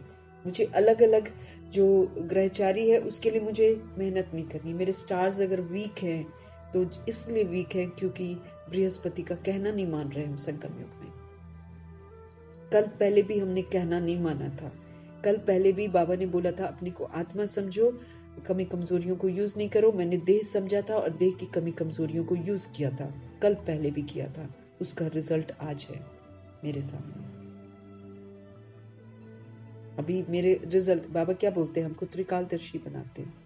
वो कहते हैं अभी वर्तमान जो तुम्हारे साथ हो रहा है वो तुम्हारे पिछले संगम युग का रिजल्ट है। उसका रिजल्ट है मेरे सामने। अभी मेरे को समझ मिल रही है कि अब तुम आत्मा समझो, मेरे को याद करो, मेरा कहना मानो, मेरी बातें छप जाए तुम्हारे दिमाग में और वही करो। तो अगर तो मैंने कर लिया तब तो मेरा आगे का भाग्य अच्छा हो गया, और फिर यही जो अभी किया ये पास्ट हो जाएगा। तो मना फिर से जब सृष्टि रूपी ड्रामा जैसे यहाँ पर पहुंचेगा तो फिर से मना मेरे को ये रहेगा कि मैंने कल पहले भी विजयी वाला पार्ट जरूर बजाया। तो मना फिर हम विजयी रतन बनेंगे। सारा कुछ हमारे हाथ में है। लेकिन अगर हम जो मेरे सामने आ रहा है उसको देखकर, बाबा ने बोला है उसको देखकर फुल स्टॉप लगा देना, उसका चिंतन मत करना। वो पास्ट का कार्मिक अकाउंट तुम्हारे सामने आया, अब तुम वो करो जो मैं तुम्हें कहता हूं, तो तुम्हारा अच्छा वाला भाग्य बन जाएगा। लेकिन अगर हम बाबा का कहना नहीं मानकर वो जो पास्ट का जो रिजल्ट मेरे सामने आया हुआ है, अगर मैं उसी का चिंतन करते जा रही हूँ तो फिर तो मैं अपनी दशा को खराब ही करते जा रही हूँ। फिर मैं बृहस्पति की दशा में नहीं हूँ। फिर मेरे साथ राहु केतु शनि जितने भी ग्रह, शुक्र, ये सब खराब हो जाएंगे मेरे। ये सारे ग्रह मेरे खराब हो जाएंगे। ये सारे फिर मुझे तंग करेंगे। तो अगर मैं चाहती हूँ सारी ग्रहचारी जो है मेरे ऊपर से खत्म हो जाए तो मुझे बृहस्पति की दशा में रहना। बृहस्पति की दशा में हम तब रहेंगे, ये ऊंचे से ऊंची दशा है। अगर इसमें रहते हैं वही रहते हैं इसमें जो प्रभु का कहना मानते हैं। और प्रभु का पहला फरमान है अपने को आत्मा समझो और मुझे याद करो। देह के साथ हम बृहस्पति की दशा में नहीं आएंगे। तो बृहस्पति की दशा ऊंच होती है। हर बात बाबा हम आत्माओं को कुछ दिनों से बहुत अच्छी तरह स्पष्ट कर रहे हैं। नहीं तो आजकल क्या है, आजकल माया ने रूप धारण कर रखा है। ऐसी सोल्स हैं जो तरह तरह के वो टोटके बताती हैं कि ऐसे करो, ऐसे करो, ऐसे करो, ऐसे करो।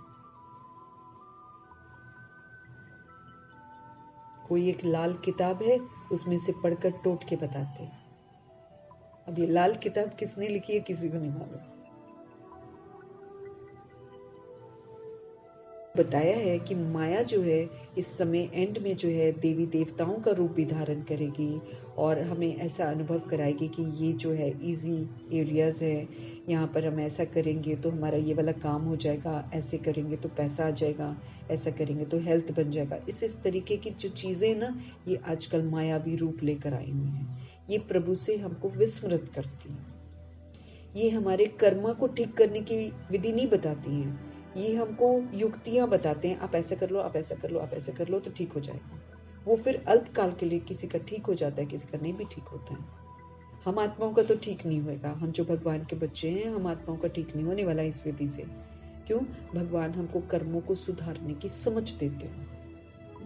मेरे ऊपर जितनी भी ग्रहचारी बैठी हुई है, चाहे शनि है, चाहे केतु है, चाहे राहु जो लगा हुआ है, हम लोग सब पर राहु लगा हुआ है ना, तो ये सारी चीजें तभी हटेंगी जब हम बृहस्पति शिव पिता परमात्मा की श्रीमत पर चलेंगे। हम अपने कर्मों को सुधारेंगे। हम वायुमंडल को जो खराब कर दिया है, प्रकृति को जो हमने खराब कर दिया है, तत्वों को जो हमने खराब कर दिया है, उसको जब हम ठीक करने का सहयोग देंगे तो ग्रहचारी हट जाएगी। देह समझने से सारी ग्रहचारी बैठी हुई है हमारे ऊपर। अब प्रभु के फरमानों पर चलकर जब हम अपने को आत्मा समझेंगे, इस दुनिया से कोई एक्सपेक्टेशंस नहीं रखेंगे, उल्टा हम दाता के बच्चे दाता बनकर प्रभु से जो मिल रहा है वो पूरे वर्ल्ड की सोल्स को देंगे, वो पूरे वायुमंडल को वाइब्रेशंस देंगे। वो जैसे कल हमने पढ़ा था कि शुभ चिंतक बन जाओगे अगर आप और शुभ चिंतन करोगे, उसके वाइब्रेशंस ही वायुमंडल को शुद्ध कर देंगे। नहीं तो हम दुनिया में गंदे गंदे से हो जाते हैं। हम अशुभ सोचते हैं दूसरों के लिए, हम दूसरों के लिए अशुद्ध सोचते हैं जब हम देह के भान में आते हैं। बाबा हमारे सभी के लिए कल्याणकारी सोचते हैं, सभी के लिए शुभ सोच हम लोग के लिए शुभ सोच कर ही तो हमको अच्छा बनाते हैं। फिर हमारा फर्ज क्या है? हम भी शुभ सोच कर जो हमारी वजह से बैड बन गए हैं उनको ठीक करना है। ये हमारी रिस्पॉन्सिबिलिटी है। हमें अपने कर्मा को सुधार कर ग्रहचारी को खत्म करना है, न कि मुंदरियां पहनकर या फिर दान वान करके। हम वो तो उन लोगों के लिए है जो द्वापर युग और कलयुग में सोल्स आई है ना, जो हमारी वजह से खराब हो गई, उनके लिए वो टोट के काम करेंगे। हमें तो अपने कर्मों को सुधारना है, तब मेरे पर ग्रहचारी खत्म होगी। ये सारी ग्रहचारी हम पर लगी है जब हमने अपने आप को देह समझा है। देह समझकर देह की कमी कमजोरियों को हमने यूज किया है। भगवान के समझाने के बाद भी हमने अपने आप को देह समझा है, इसलिए मेरे पर ग्रहचारी है। नहीं तो भगवान जब आते हैं और हम पर बृहस्पति की दशा बैठती है और जब हम बृहस्पति का कहना मानते, सवाल उठ नहीं सकता है कि मेरे स्टार्स वीक हो जाए या फिर मुझे कोई ग्रहचारी लगे। सवाल ही नहीं उठता है। अगर लग रहे हैं, मेरी गलती है, मुझे चेक करना है, मैं अपने को शरीर समझ रही हूँ। और जब तक शरीर हम समझेंगे तब तक ग्रहचारी तो बैठती रहेगी। तो सारा संगम युग ऐसे ही बीत जाएगा और जो हमको करना है वो हम करेंगे ही नहीं, विष्णुवंशी हम बनेंगे ही नहीं। तो भगवान कहते हैं ये जो शास्त्र है ना, इसमें है पूजा की रस्म रिवाज आदि लिखी हुई। क्योंकि आधा कल तो ऑफकोर्स शास्त्र वाला सिस्टम हम लोगों ने भी किया है ना, और ब्रह्मा जी ने तो शुरुआत करी है। भक्ति की भी शुरुआत ब्रह्मा जी ने की है, क्योंकि सबसे पहले विस्मृत वही हुए थे। पहले उन्होंने शिवलिंग की करी, फिर धीरे धीरे संतुष्टि नहीं हुई तो आगे बढ़ते गए ना। अब आत्मा को पता थोड़ी चल रहा है, पुनर्जन्म में आती जा रही है, विस्मृत होती जा रही है।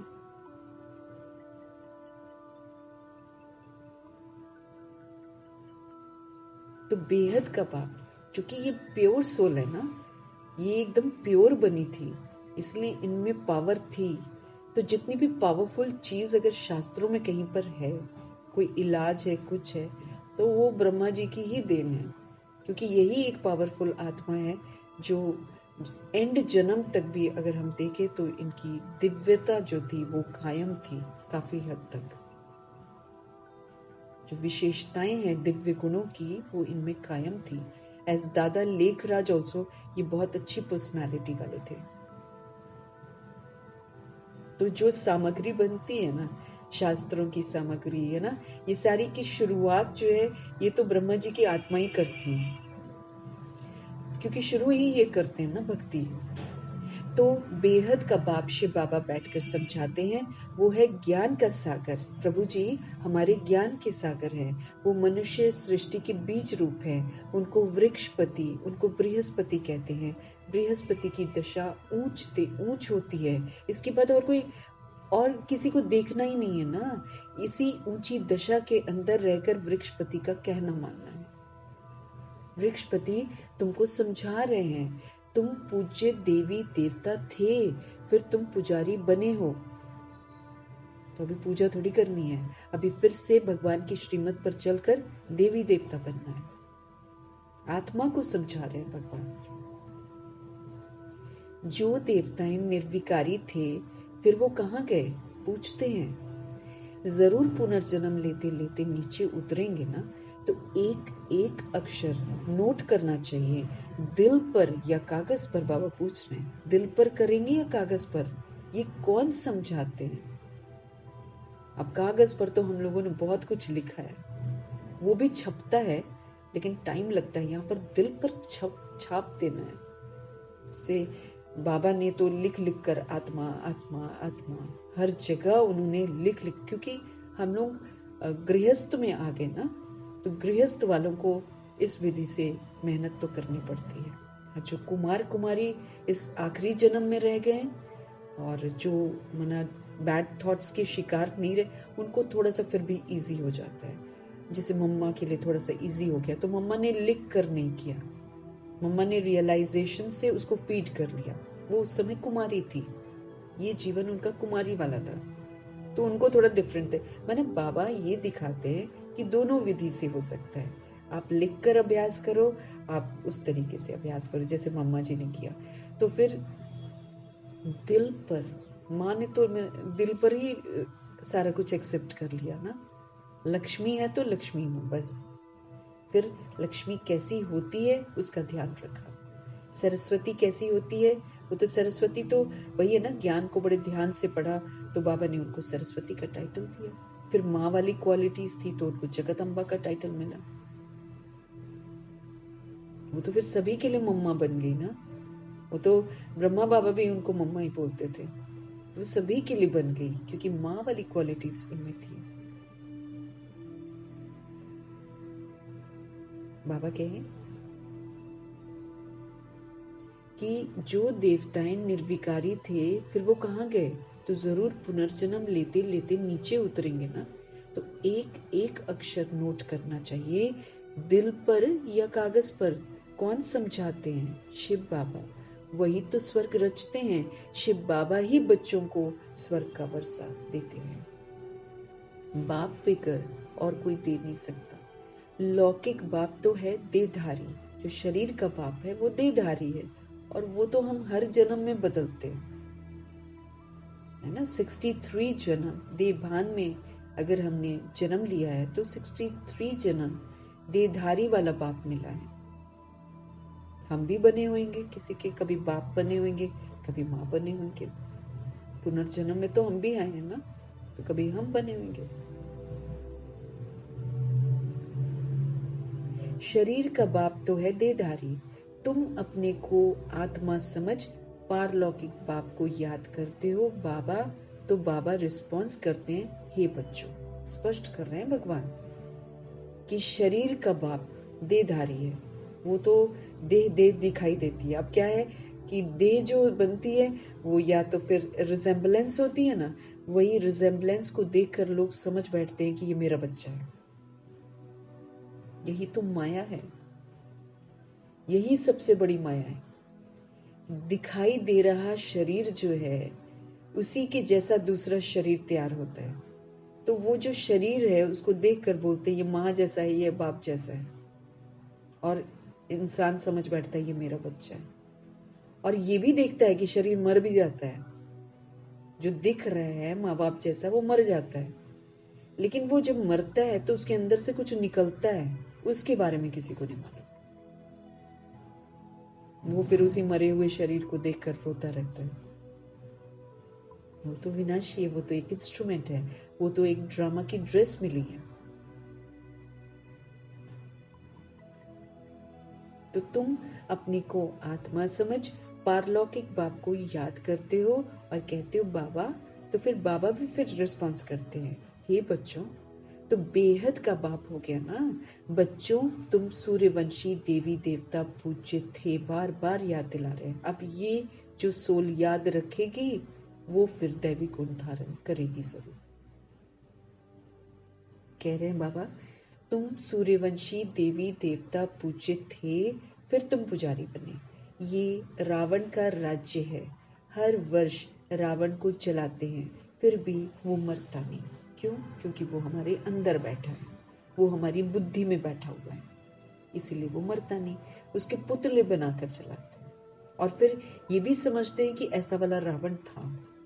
फिर खुद ही रामायण में लिखते हैं ये फिक्शन है, ये काल्पनिक है। खुद ही कहते हैं वाल्मीकि ने लिखी है। फिर खुद ही कहते हैं कि लंका भी है और ऐसा रावण भी है और ऐसे 10 शीश थे उसके। हम भी अज्ञानता में इसको सत्य समझते थे। अभी प्रभु ने हमारा बुद्धि का ताला खोला और पूछा कि क्या ऐसे 10 शीश वाला कोई हो सकता है? तो हमारी बुद्धि में अब लगता है कि नहीं, ऐसा कैसे हो सकता है। फिर तो बाबा कहते हैं उसके 10 हाथ भी होने चाहिए, फिर उसके 10 पैर भी होने चाहिए। तो ऐसा नमूना कोई हो सकता है क्या? और फिर अगर ये 10 शीश वाला है तो बाबा ने एक बार ये भी बोला था, फिर उसकी वाइफ के 10 सिर क्यों नहीं है? उसकी वाइफ के भी 10 सिर होने चाहिए। ये हमारी बुद्धि में बैठा हुआ है, इसीलिए 10 शीश है। बुद्धि में है ये बुद्धि में है काम, क्रोध, लोभ, मोह, अहंकार और उसके ढेर सारे बाल बच्चे सब मौजूद है हमारी बुद्धि के अंदर, क्योंकि हमने उसको बहुत बार यूज किया है और दिन पर दिन यूज करते करते एकदम हम तमो बन गए।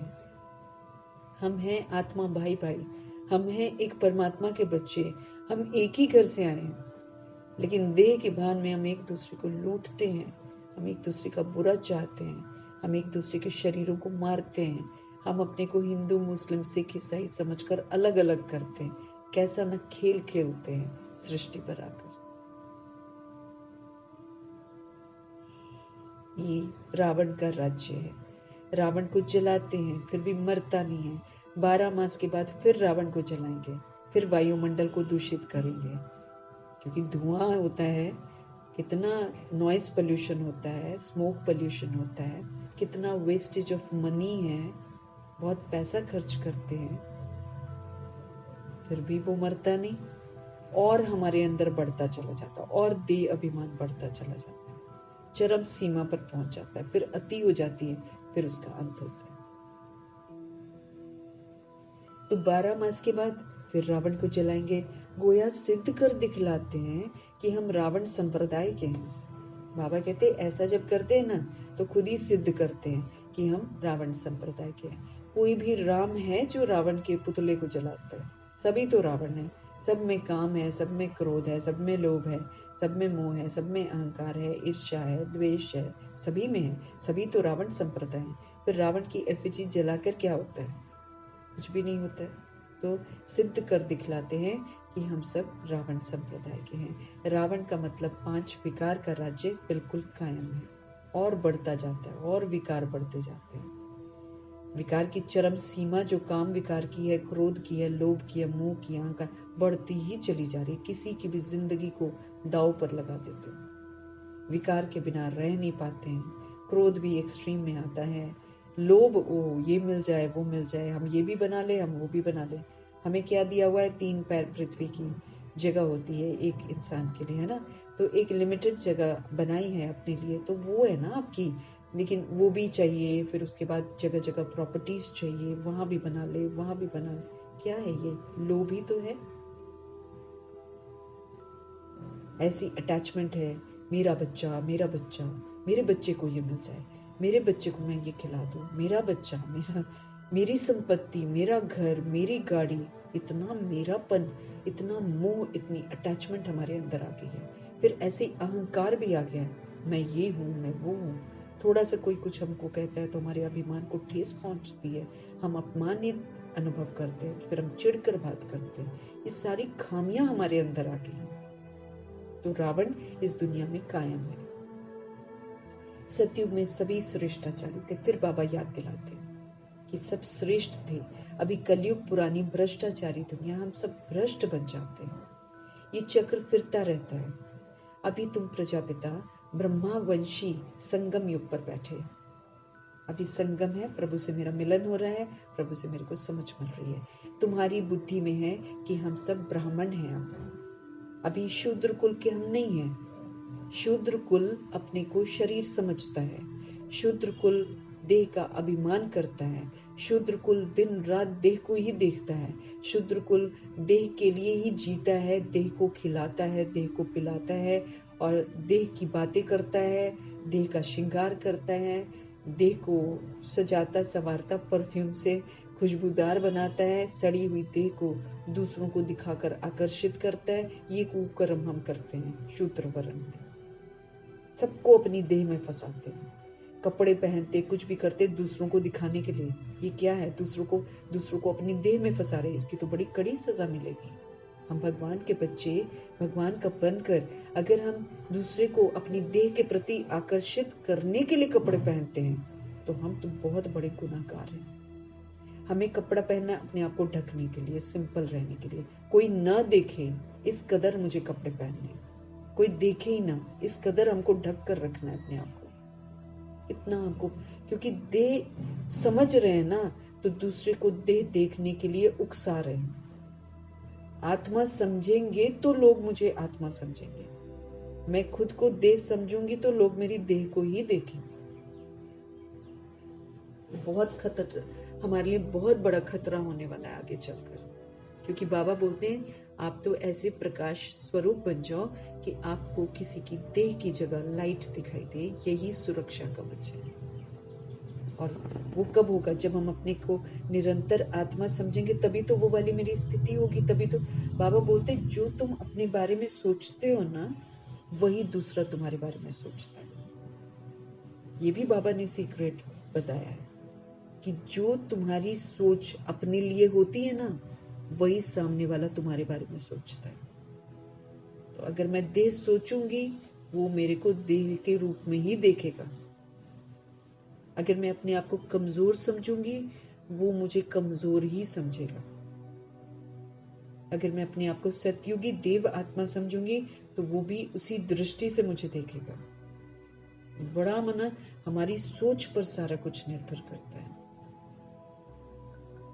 तो बाबा याद दिला रहे हैं, तुम्हारी बुद्धि में है कि अब हम ब्राह्मण हैं। ब्राह्मण अपने आप को आत्मा ही समझेगा। ये कंडीशंस हैं बाबा की। पवित्रता की प्रतिज्ञा क्या है? पवित्रता मीन्स देह को नहीं देखना है। हम देह देख रहे हैं तो हम अपवित्र हैं। संपूर्ण पवित्रता में बाबा ने स्पष्ट किया हुआ है कि अगर तुम देह देखते हो तो तुम अपवित्र हो। देह के बारे में सुनते हो, देह के बारे में बातें करते हो, देह समझकर कर्म करते हो, देह को देखते हो, तुम अपवित्र आत्मा। तो ब्राह्मण सोल के लिए तो वर्जित है देह को देखना। शूद्र देखते हैं देह को। शूद्र कुल के जो हैं आत्माएं, आप उनके सामने जाओ, वो आपकी देह को देखेंगे, ऊपर से नीचे आपको पूरा एकदम 2 सेकंड में देखते रहेंगे। इसने क्या पहना है, ये यहाँ से कैसे लग रही है, ये वहां से कैसे लग रही है, सारा मुंह चल रहा होता है और पूरे शरीर का निरीक्षण कर रहे होते हैं। तो हम शूद्र कुल के नहीं हैं। देह समझने से तो हम शूद्र बन गए थे, अछूत हैं। फिर शूद्र मीन्स अछूत, अनटचेबल। दुनिया में तो लोग अछूत किसी किसी को बोलते ना, भगवान ने आकर बोल दिया पूरे वर्ल्ड की सोल्स इस समय अछूत है, सब अनटचेबल्स हैं, शूद्र वंशी हैं। तो हम अगर ब्राह्मण हैं तो मेरे को बॉडी को नहीं देखना है, मेरे को बॉडी को नहीं देखना है, न दूसरों की देखना है, न खुद की देखना है, नहीं तो फिर हम शूद्र बन रहे हैं। इस समय है ही चारों तरफ आसुरी राज्य। बाप को कहते हैं हे दुख हरता सुख करता। अब सुख कहाँ है? सतयुग में। दुख कहाँ है? दुख तो कलयुग में। यहाँ तो दुख ही दुख है। शरीर समझते रहेंगे तो हम तो दुखी ही रहेंगे। कभी कोई शरीर को लेकर कुछ बोल जाएगा, कभी कोई कुछ बोल जाएगा, कभी कोई कुछ बोल जाएगा। देह को देखकर लोग कमेंट करते हैं। तो हम तो आत्मा है ना। तो जब मैं आत्मा समझ कर चलूंगी ना, कोई देह को देखेगा नहीं, कोई देह के लिए कमेंट करेगा नहीं। ये देह समझना तो अधीनता है ना। ये तो हम कमजोर बनते हैं। हम तो बॉडी थोड़ी है, बॉडी इंस्ट्रूमेंट है। तो दुख तो कलयुग में है। दुख हरता सुख करता शिव बाबा है। वो वर्षा देते ही हैं किसका? सुख का वर्षा देते हैं। सतयुग को सुख धाम कहा जाता है। वहां दुख का कोई नाम निशान नहीं है। तुम्हारी आयु भी वहां पर बड़ी होती है, 150 वर्ष होती है। उसके पहले मरेंगे ही नहीं। हाँ, पूरा 150 ईयर्स। और फिर 150 ईयर्स में अपनी समझ से छोड़ेंगे और अपनी समझ से दूसरा। उनको पता होता है कि मेरे को वहां पर जाना है। तो कोई डर नहीं, कोई भय नहीं, क्योंकि प्योर सोल्स है। विकार से पैदा नहीं होना है। बाबा कहे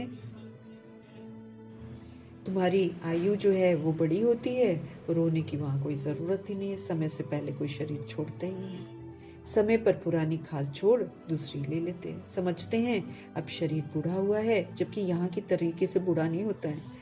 वो तो बिल्कुल ही ठीक ही होते हैं। यहाँ जो बूढ़े होते हैं वो तो फिर बहुत बुरा हाल हो जाता है। वो क्या है? वो हमारे विकार, वो हमारे जो कर्म, वो हमारी सोच, ये हमको बीमार कर देती है। तो अब शरीर बूढ़ा हुआ है। पहले बच्चा सतुगुणी होता है, इसलिए बच्चों को ब्रह्म ज्ञानी से ऊंच समझते हैं, क्योंकि वो तो फिर भी विकारी गृहस्थी से सन्यासी बनते हैं ना, तो उनको सभी विकारों का पता है। छोटे बच्चों को ये पता नहीं रहता है। इस समय तो सारी दुनिया में रावण राज्य भ्रष्टाचारी राज्य है। अब तो छोटे छोटे बच्चे भी संस्कार लेकर आते हैं ना। वो संस्कार लेकर जो आते हैं ना, तो आप देखोगे कोई कोई कहीं में कभी कभी दिखाते हैं, कोई कोई बच्चे को देखते हैं ना, तो 6-7 साल में ही अगर कोई गीत लगे होते तो वो नाचना, अपना बॉडी हिलाना शुरू कर देते। ये सारे पुराने संस्कार है। नहीं तो सत्य की सोल्स ऐसी नहीं होती हैं। बड़ी तो शांत पवित्र होती हैं, बड़ी रॉयल्टी वाली होती हैं। यहाँ तो छोटे छोटे बच्चों में भी वो जो है ना गंदे गीतों के प्रति भी जो आकर्षण है वो जल्दी होता है बच्चों में आजकल।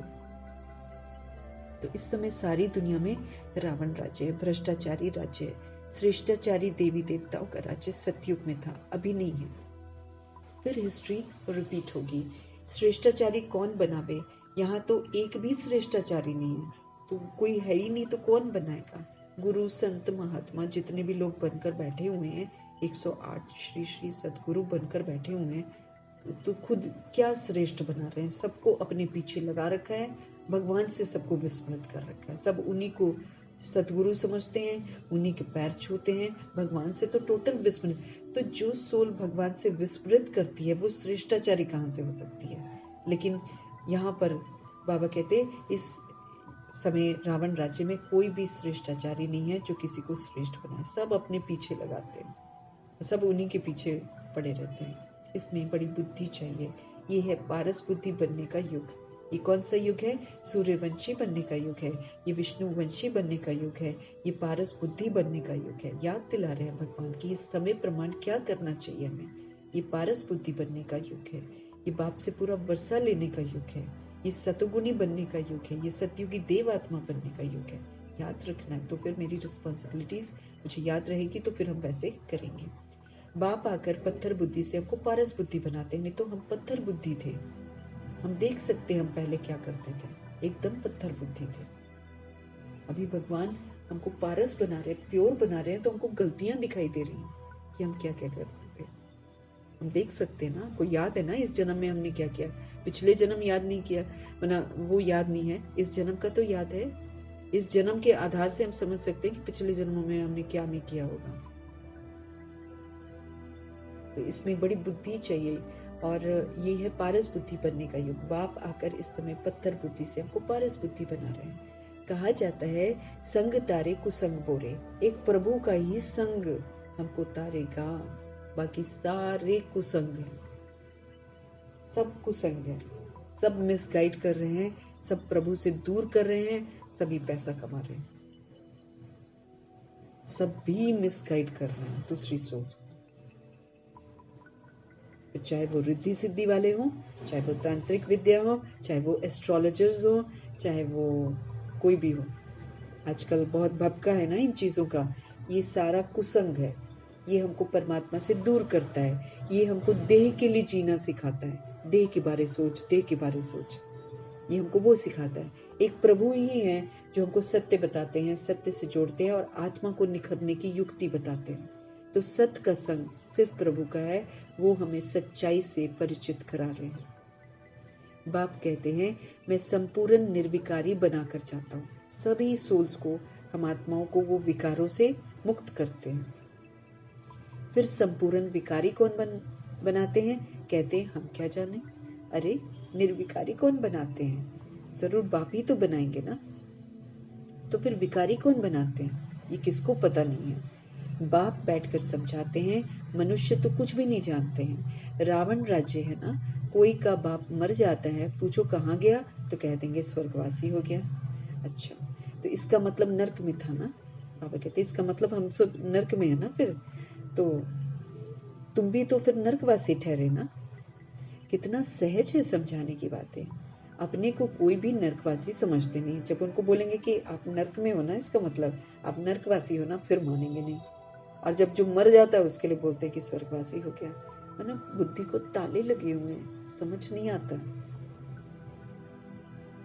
अपने को कोई भी इस समय नर्कवासी समझते नहीं है। नर्क को वैश्यालय, एकदम वैश्याओं वाले काम कर रहे हैं और नर्क नहीं समझते, वैश्यालय नहीं समझते। तो नर्कवासी तो सभी हैं। तो नर्क को वैश्यालय, स्वर्ग को शिवालय कहा जाता है। आज से 5000 वर्ष पहले इन देवी देवताओं का राज्य था। तुम विश्व के मालिक थे, तुम महाराजा महारानी थे। फिर पुनर्जन्म लेना पड़ता है। पुनर्जन्म सबसे जास्ती तुमने लिए हैं। इनके लिए ही तो गायन है, आत्माएं परमात्मा अलग रहे बहुकाल। प्रजापिता ब्रह्मा और प्रजापिता ब्रह्मा के साथ आने वाली जो सोल्स हैं, उनके लिए कहा गया है कि आत्मा परमात्मा अलग रहे बहुकाल। क्योंकि 5000 वर्ष का ना वो पूरा जो डिफरेंस है, वो ब्रह्मा जी तो पूरा चक्र लगाते हैं 5000 वर्ष का। तो फिर वो परमात्मा से जो अलग हुए, बहुत काल हो गया। बाकी तो कोई द्वापर में आया, कोई कलयुग में आया।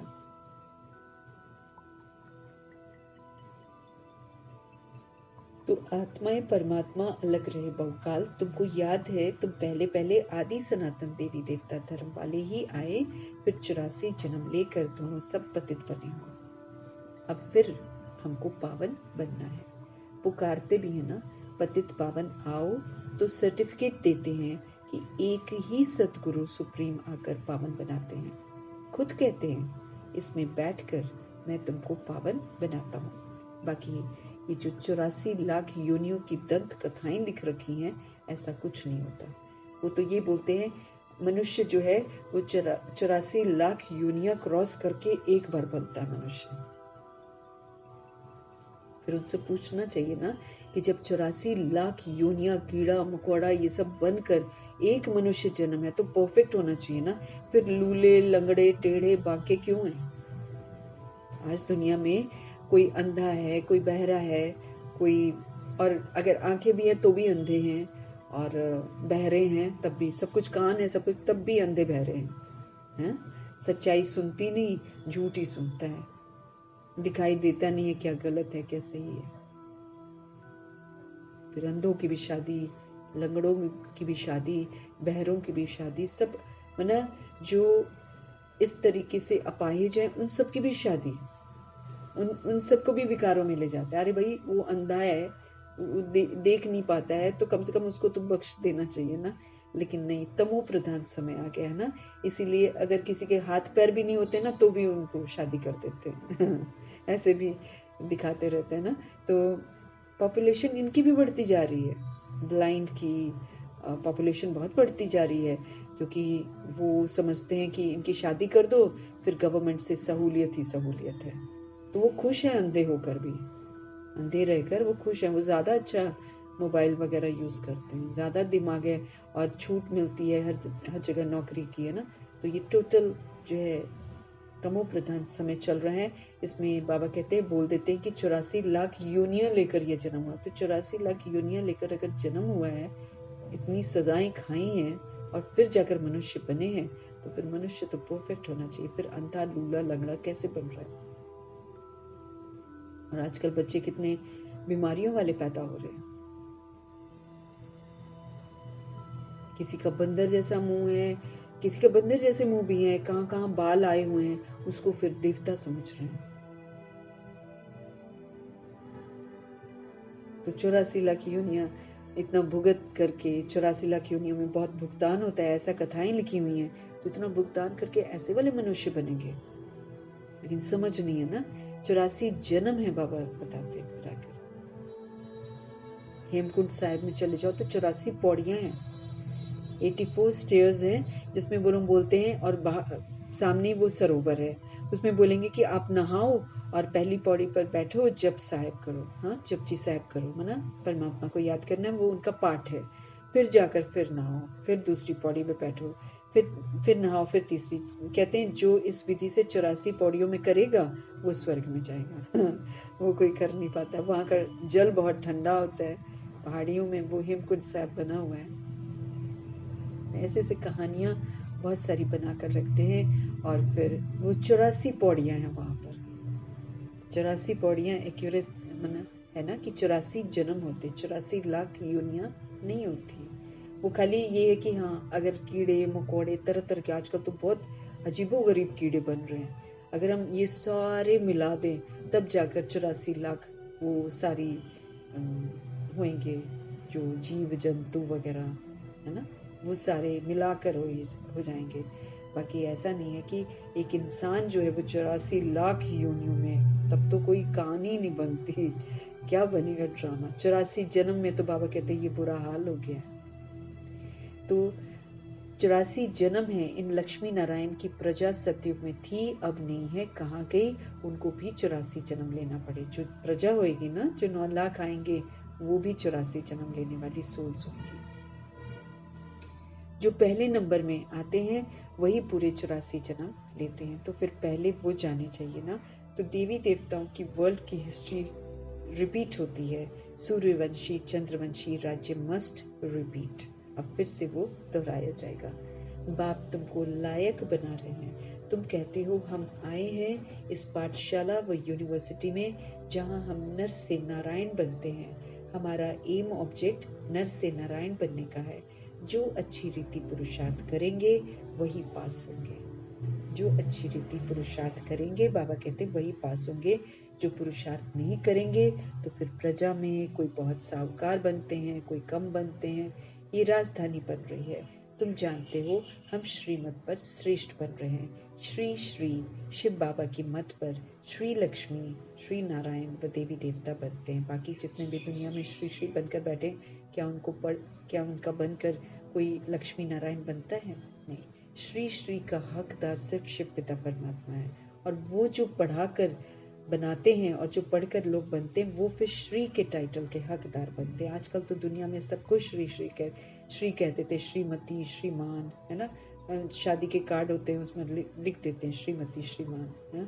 सबको श्री बोल देते हैं। सब भ्रष्टाचारी हैं इस समय। सब परमात्मा से बेमुख हैं और सब परमात्मा से बेमुख करते हैं।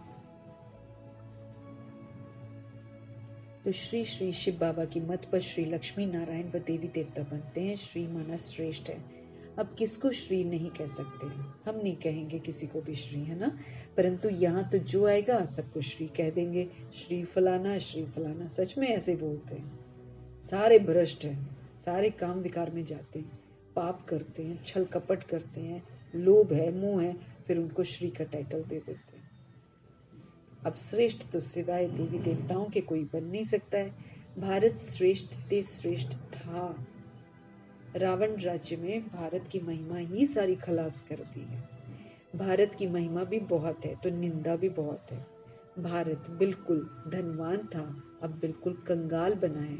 देवताओं के आगे जाकर उनकी महिमा गाते हैं कि हम निर्गुण हारे में कोई भी गुण नहीं। देवताओं को कहते हैं, परंतु वो रहम दिल थोड़ी थे। देवता रहम दिल थोड़ी थे।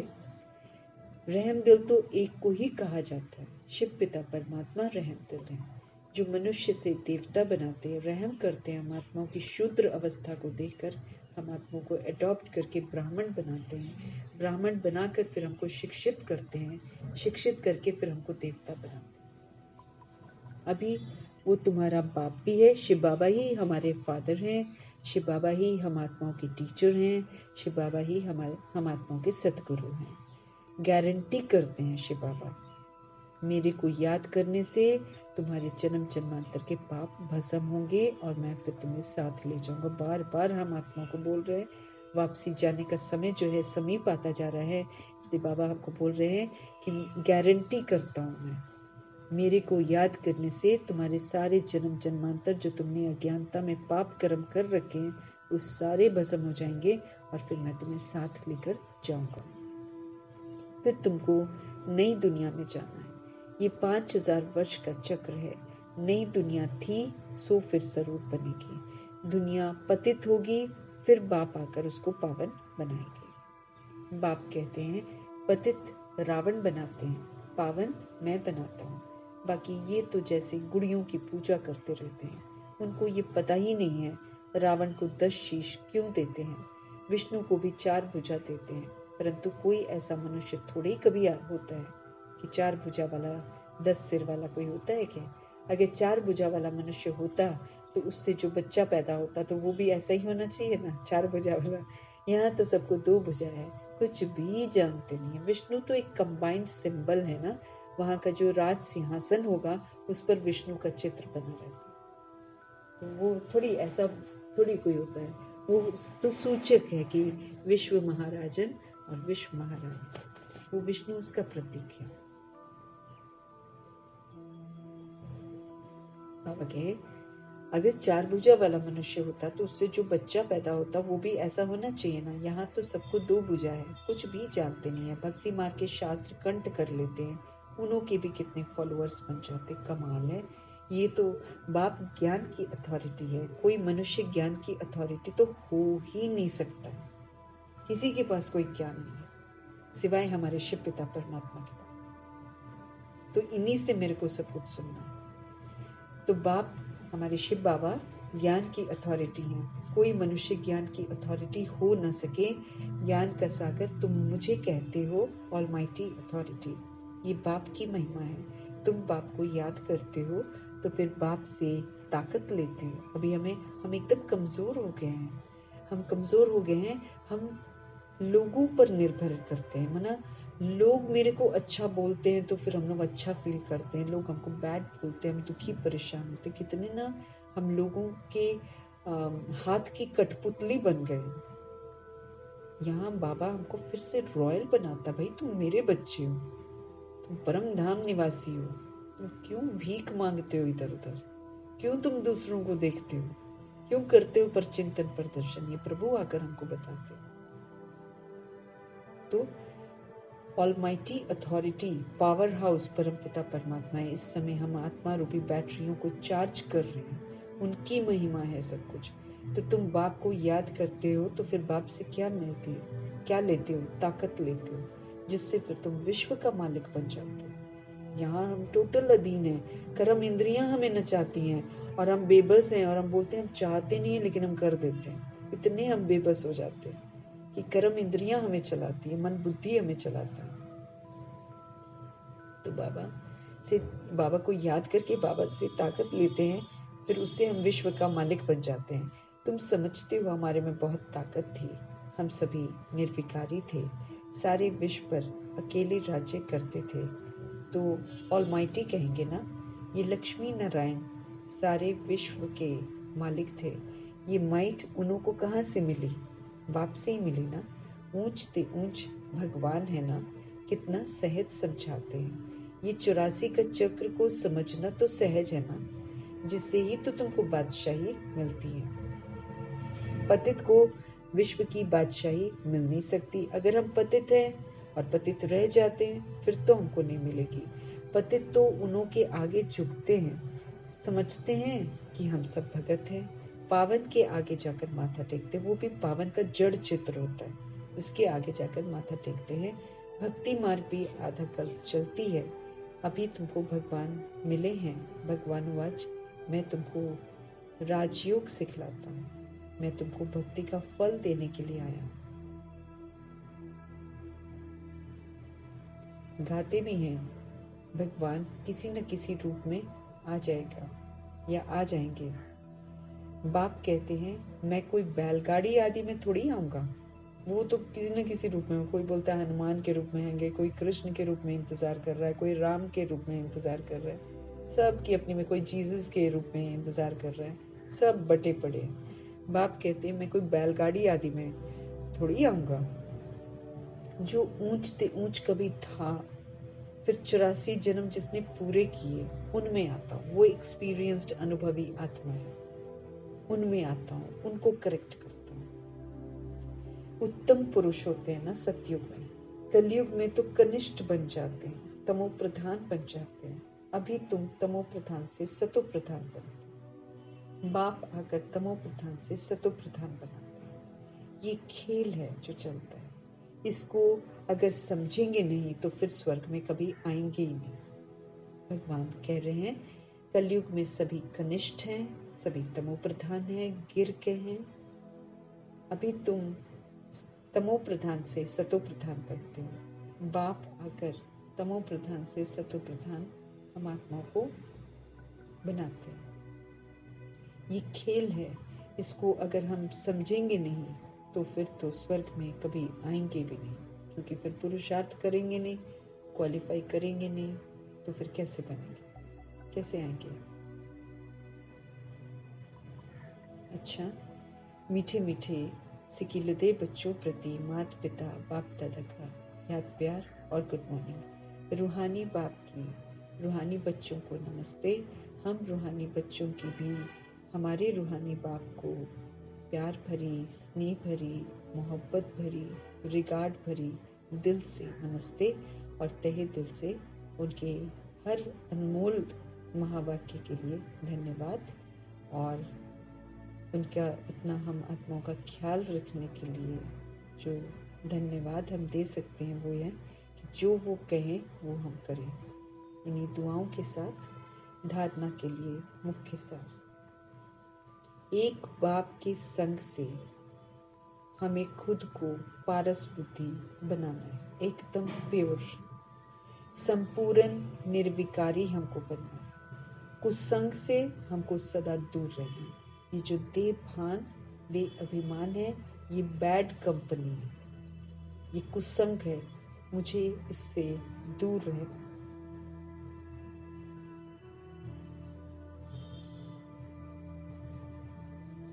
सदा इसी खुशी में रहना है कि हम स्वदर्शन चक्रधारी सो नई दुनिया के मालिक चक्रवर्ती बनते हैं। खुश रहना हमको। हमारे शिव बाबा आए हैं हमें ज्ञान सूर्यवंशी बनाने, ज्ञान सूर्यवंशी। हमारा लक्ष्य ही ये है कि हमको ज्ञान सूर्यवंशी बनना है। ज्ञान के आधार से चलने वाली सोच में वैसा सूर्यवंशी बनना, हमारा लक्ष्य ही ये है। आज का सतगुरु का वरदान है, विघ्नों को मनोरंजन का खेल समझकर पार करने वाले निर्विघ्न विजयी आत्मा भव। विघ्नों को मनोरंजन समझना है, घबराना नहीं। पहले हम लोग घबरा जाते थे ना, लेकिन बाबा कहे उसको मनोरंजन का खेल समझना है। उसी में तो मुझे विघ्न विनाशक का टाइटल लेना है। तो विघ्नों को मनोरंजन का खेल समझकर पार करना है। ये मनोरंजन है, ये साइड सीन है। उसको मनोरंजन का खेल समझ पार करने वाला निर्विघ्न बनना है, विजयी बनना है।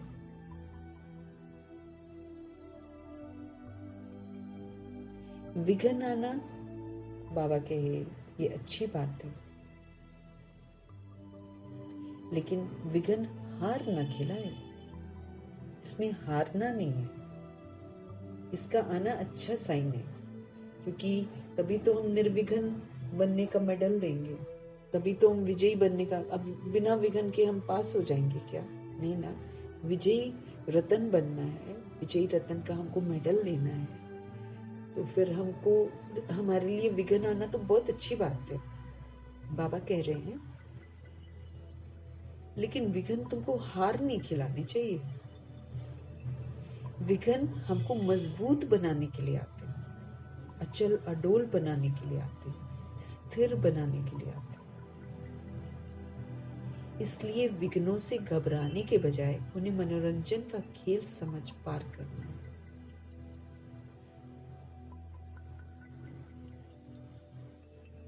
विघ्नों से घबराने के बजाय बाबा कहते हैं उन्हें मनोरंजन का खेल समझकर पार कर लो, तब कहेंगे निर्विघ्न विजय। बिल्कुल प्रभाव मुक्त, बिल्कुल दबाव मुक्त, लगाव मुक्त, हाँ? आराम से एकदम शांत स्थिर बाबा की याद में थोड़ी देर में विघ्न खत्म हो जाएंगे। इसलिए विघ्नों से घबराने के बजाय उन्हें मनोरंजन का खेल समझकर पार कर लो, तब कहेंगे निर्विघ्न विजयी आत्मा। जब सर्वशक्तिमान बाप का साथ है, मीठे बाबा कहते हैं, जब हमारे साथ सर्वशक्तिमान बाप का साथ है तो घबराने की तो कोई बात ही नहीं है। जब मीठे परमात्मा हमारे साथ हैं, जब सर्वशक्तिमान बाप हमारे साथ हैं, तो घबराने की कोई बात ही नहीं है। सिर्फ बाप की याद और सेवा में बिजी रहो ना, याद और सेवा, इसमें बिजी रहो तो निर्विघ्न रहेंगे, फिर कोई विघ्न नहीं आएगा। बाबा याद है, सेवा है, व्यस्त है, विघ्न आएगा, चला जाएगा। जब बुद्धि हमारी फ्री होती है ना, जब हम विल्ले कर लेते हैं अपनी बुद्धि को, तब विघ्न व माया आती है। बिजी रहो तो माया का विघ्न किनारा कर लेगा, कुछ भी होगा, गुजर जाएगा। तो हमको विघ्नों से घबराना नहीं है, बल्कि उसको एक एंटरटेनमेंट समझना है, शांत रहना है, स्थिर रहना है, अचल रहना है, अडोल रहना है। प्रभु जी मेरे साथ है, निर्विघ्न रहकर विजयी बन जाना। हम प्रभाव में आते हैं तो हार खाते हैं, हम प्रभाव मुक्त हैं, खुश हैं, संतुष्ट हैं, सब कुछ स्वीकार करते हैं, विजयी।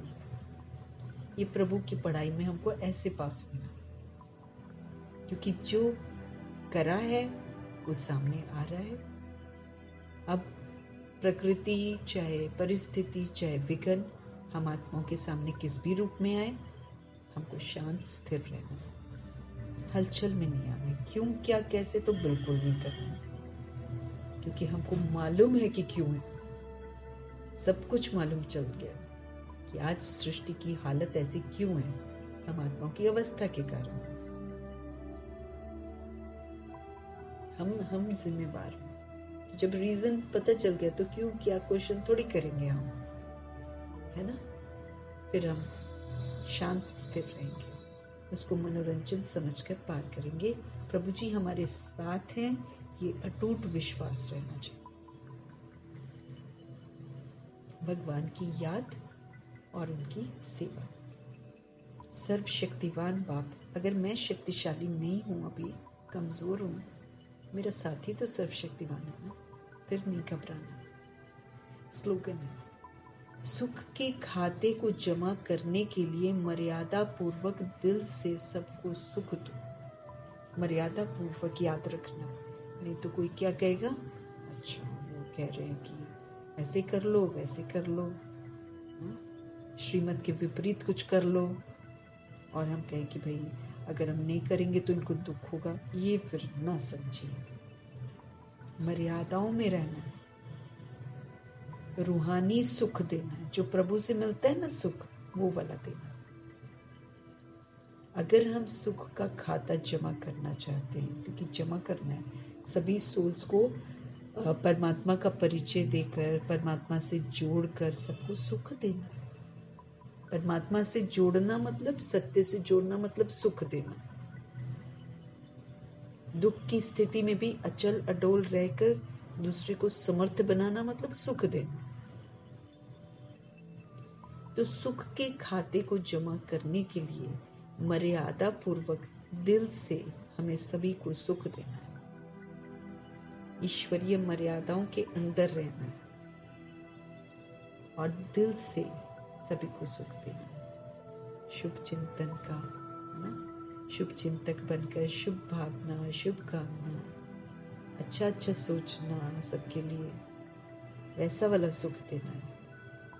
किसी को शांति का सहयोग चाहिए, किसी को सहन शक्ति का चाहिए, किसी को समाने का चाहिए तो उसकी बात को संभाल लिया, उसको सुख दिया, दिल से रूहानी सुख देना है। इसलिए बाबा कह रहे हैं मर्यादा पूर्वक, नहीं तो मर्यादाओं को पार करके सुख देते हैं और फिर बोलते हैं अगर हम नहीं करते तो फिर उसको दुख होता है। क्योंकि अभी इस समय माया भी है सब, और कोई अगर कहे कि हम आपको लाइक करते हैं, हम आपके बिना जी नहीं सकते हैं, और उसके चक्कर में उसके वो बोल जो माया भी हैं वो सुन लिए, और वो कोई कहे हम तो फिर ऐसे कर लेंगे, हम वैसे कर लेंगे, और उससे हम सोचे कि अरे इसको तो दुख हो जाएगा तो हम विकारी हथियाला बांध ले ऐसी बेसमझी थोड़ी करनी है। ये तो सारा माया जाल है। जो कह रहे हैं ना आपको कि हम आपको लाइक करते हैं, हम आपके बिना रह नहीं सकते, वही कल को बताएगा आपको अच्छी तरीके से वो आपके साथ रहना ही नहीं चाहेगा। कुछ समय बाद देखना वो ऐसे ऐसे बोलेगा, आपको एकदम दुख दे देगा। श्रीमत की अवज्ञा बिल्कुल नहीं करनी है, भगवान हमें सत्य से परिचित करा रहे हैं। इसलिए हमें कोई भी देधारी की बात नहीं सुननी, किसी के छलावे में नहीं आना है। सुख देना है लेकिन रूहानी सुख देना, प्रभु से जोड़ दो, प्रभु की याद दिला दो, शांति की अनुभूति करा दो, पवित्रता की अनुभूति करा दो, रूहानी प्रेम की अनुभूति करा दो, एक्सेप्टेंस दिखा दो, किसी को शक्तिशाली बना दो, उमंग उत्साह में लाओ, ऐसा वाला सुख देना है। किसी के पास सहन शक्ति नहीं है, हम सहन करके उसको सहन शक्ति दे दें, ऐसा वाला सुख दो, इससे दुआएं मिलती हैं। तो मर्यादा पूर्वक हमको चलना है, मर्यादाओं की लकीर को क्रॉस करके किसी को सुख नहीं देना, वो तो फिर हम चीटिंग करते हैं, उससे फिर दुख की प्राप्ति होनी है। अब जितने लोग भगवान को छोड़ छोड़ के कर रहे हैं उल्टे काम, शादियां कर रहे हैं, वो दुखी होंगे ना, परेशान होंगे, भगवान की अवज्ञा कर रहे हैं, भगवान का नाम बदनाम कर रहे हैं। तो मीठे मीठे परमपिता परमात्मा का शुक्रिया, ब्रह्मा माँ का शुक्रिया, जगदम्बा माँ का शुक्रिया, एडवांस पार्टी की सारी सोल्स का शुक्रिया,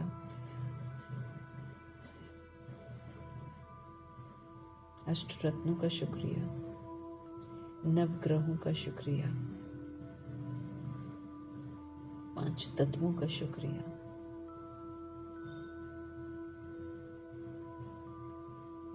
ड्रामा का शुक्रिया, प्रकृति का शुक्रिया, माया का शुक्रिया,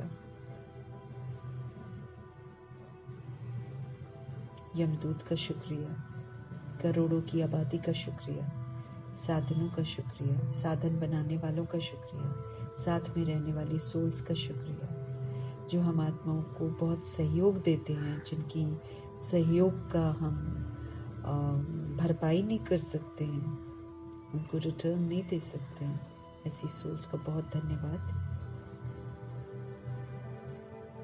जिन्होंने ज्ञान रत्नों को हम सभी आत्माओं तक पहुंचाया है, उन सारी सोल्स का धन्यवाद।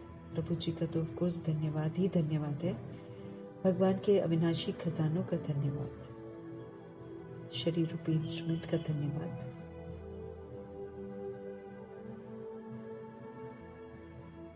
जो भी ड्रामा में मेहमान बनकर हम यूज कर रहे हैं, एक एक चीज का शुक्रिया।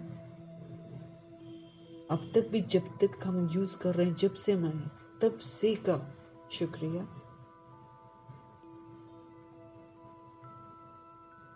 और हम सब जब भी ऐसा करेंगे ना, हम सब ये भी करेंगे कि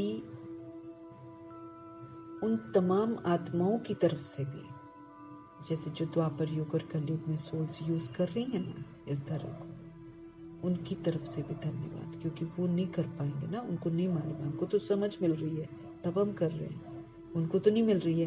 तो जब भी हम कभी धन्यवाद करेंगे तो हम सभी आत्माएं द्वापर युग और कलयुग की सभी सोल्स के बिहाफ से भी, उनकी तरफ से भी प्रभु जी का धन्यवाद करेंगे। सारे अविनाशी खजानों के लिए प्रभु का धन्यवाद। शरीर रूपी इंस्ट्रूमेंट को सफल करवाने के लिए धन्यवाद, और सेवा में लगाने के लिए धन्यवाद, और मुरली पढ़ाने के लिए धन्यवाद, मुरली समझाने के लिए धन्यवाद, और पूरे यूनिवर्स का धन्यवाद, और आप सभी सोल्स का धन्यवाद। ओम शांति।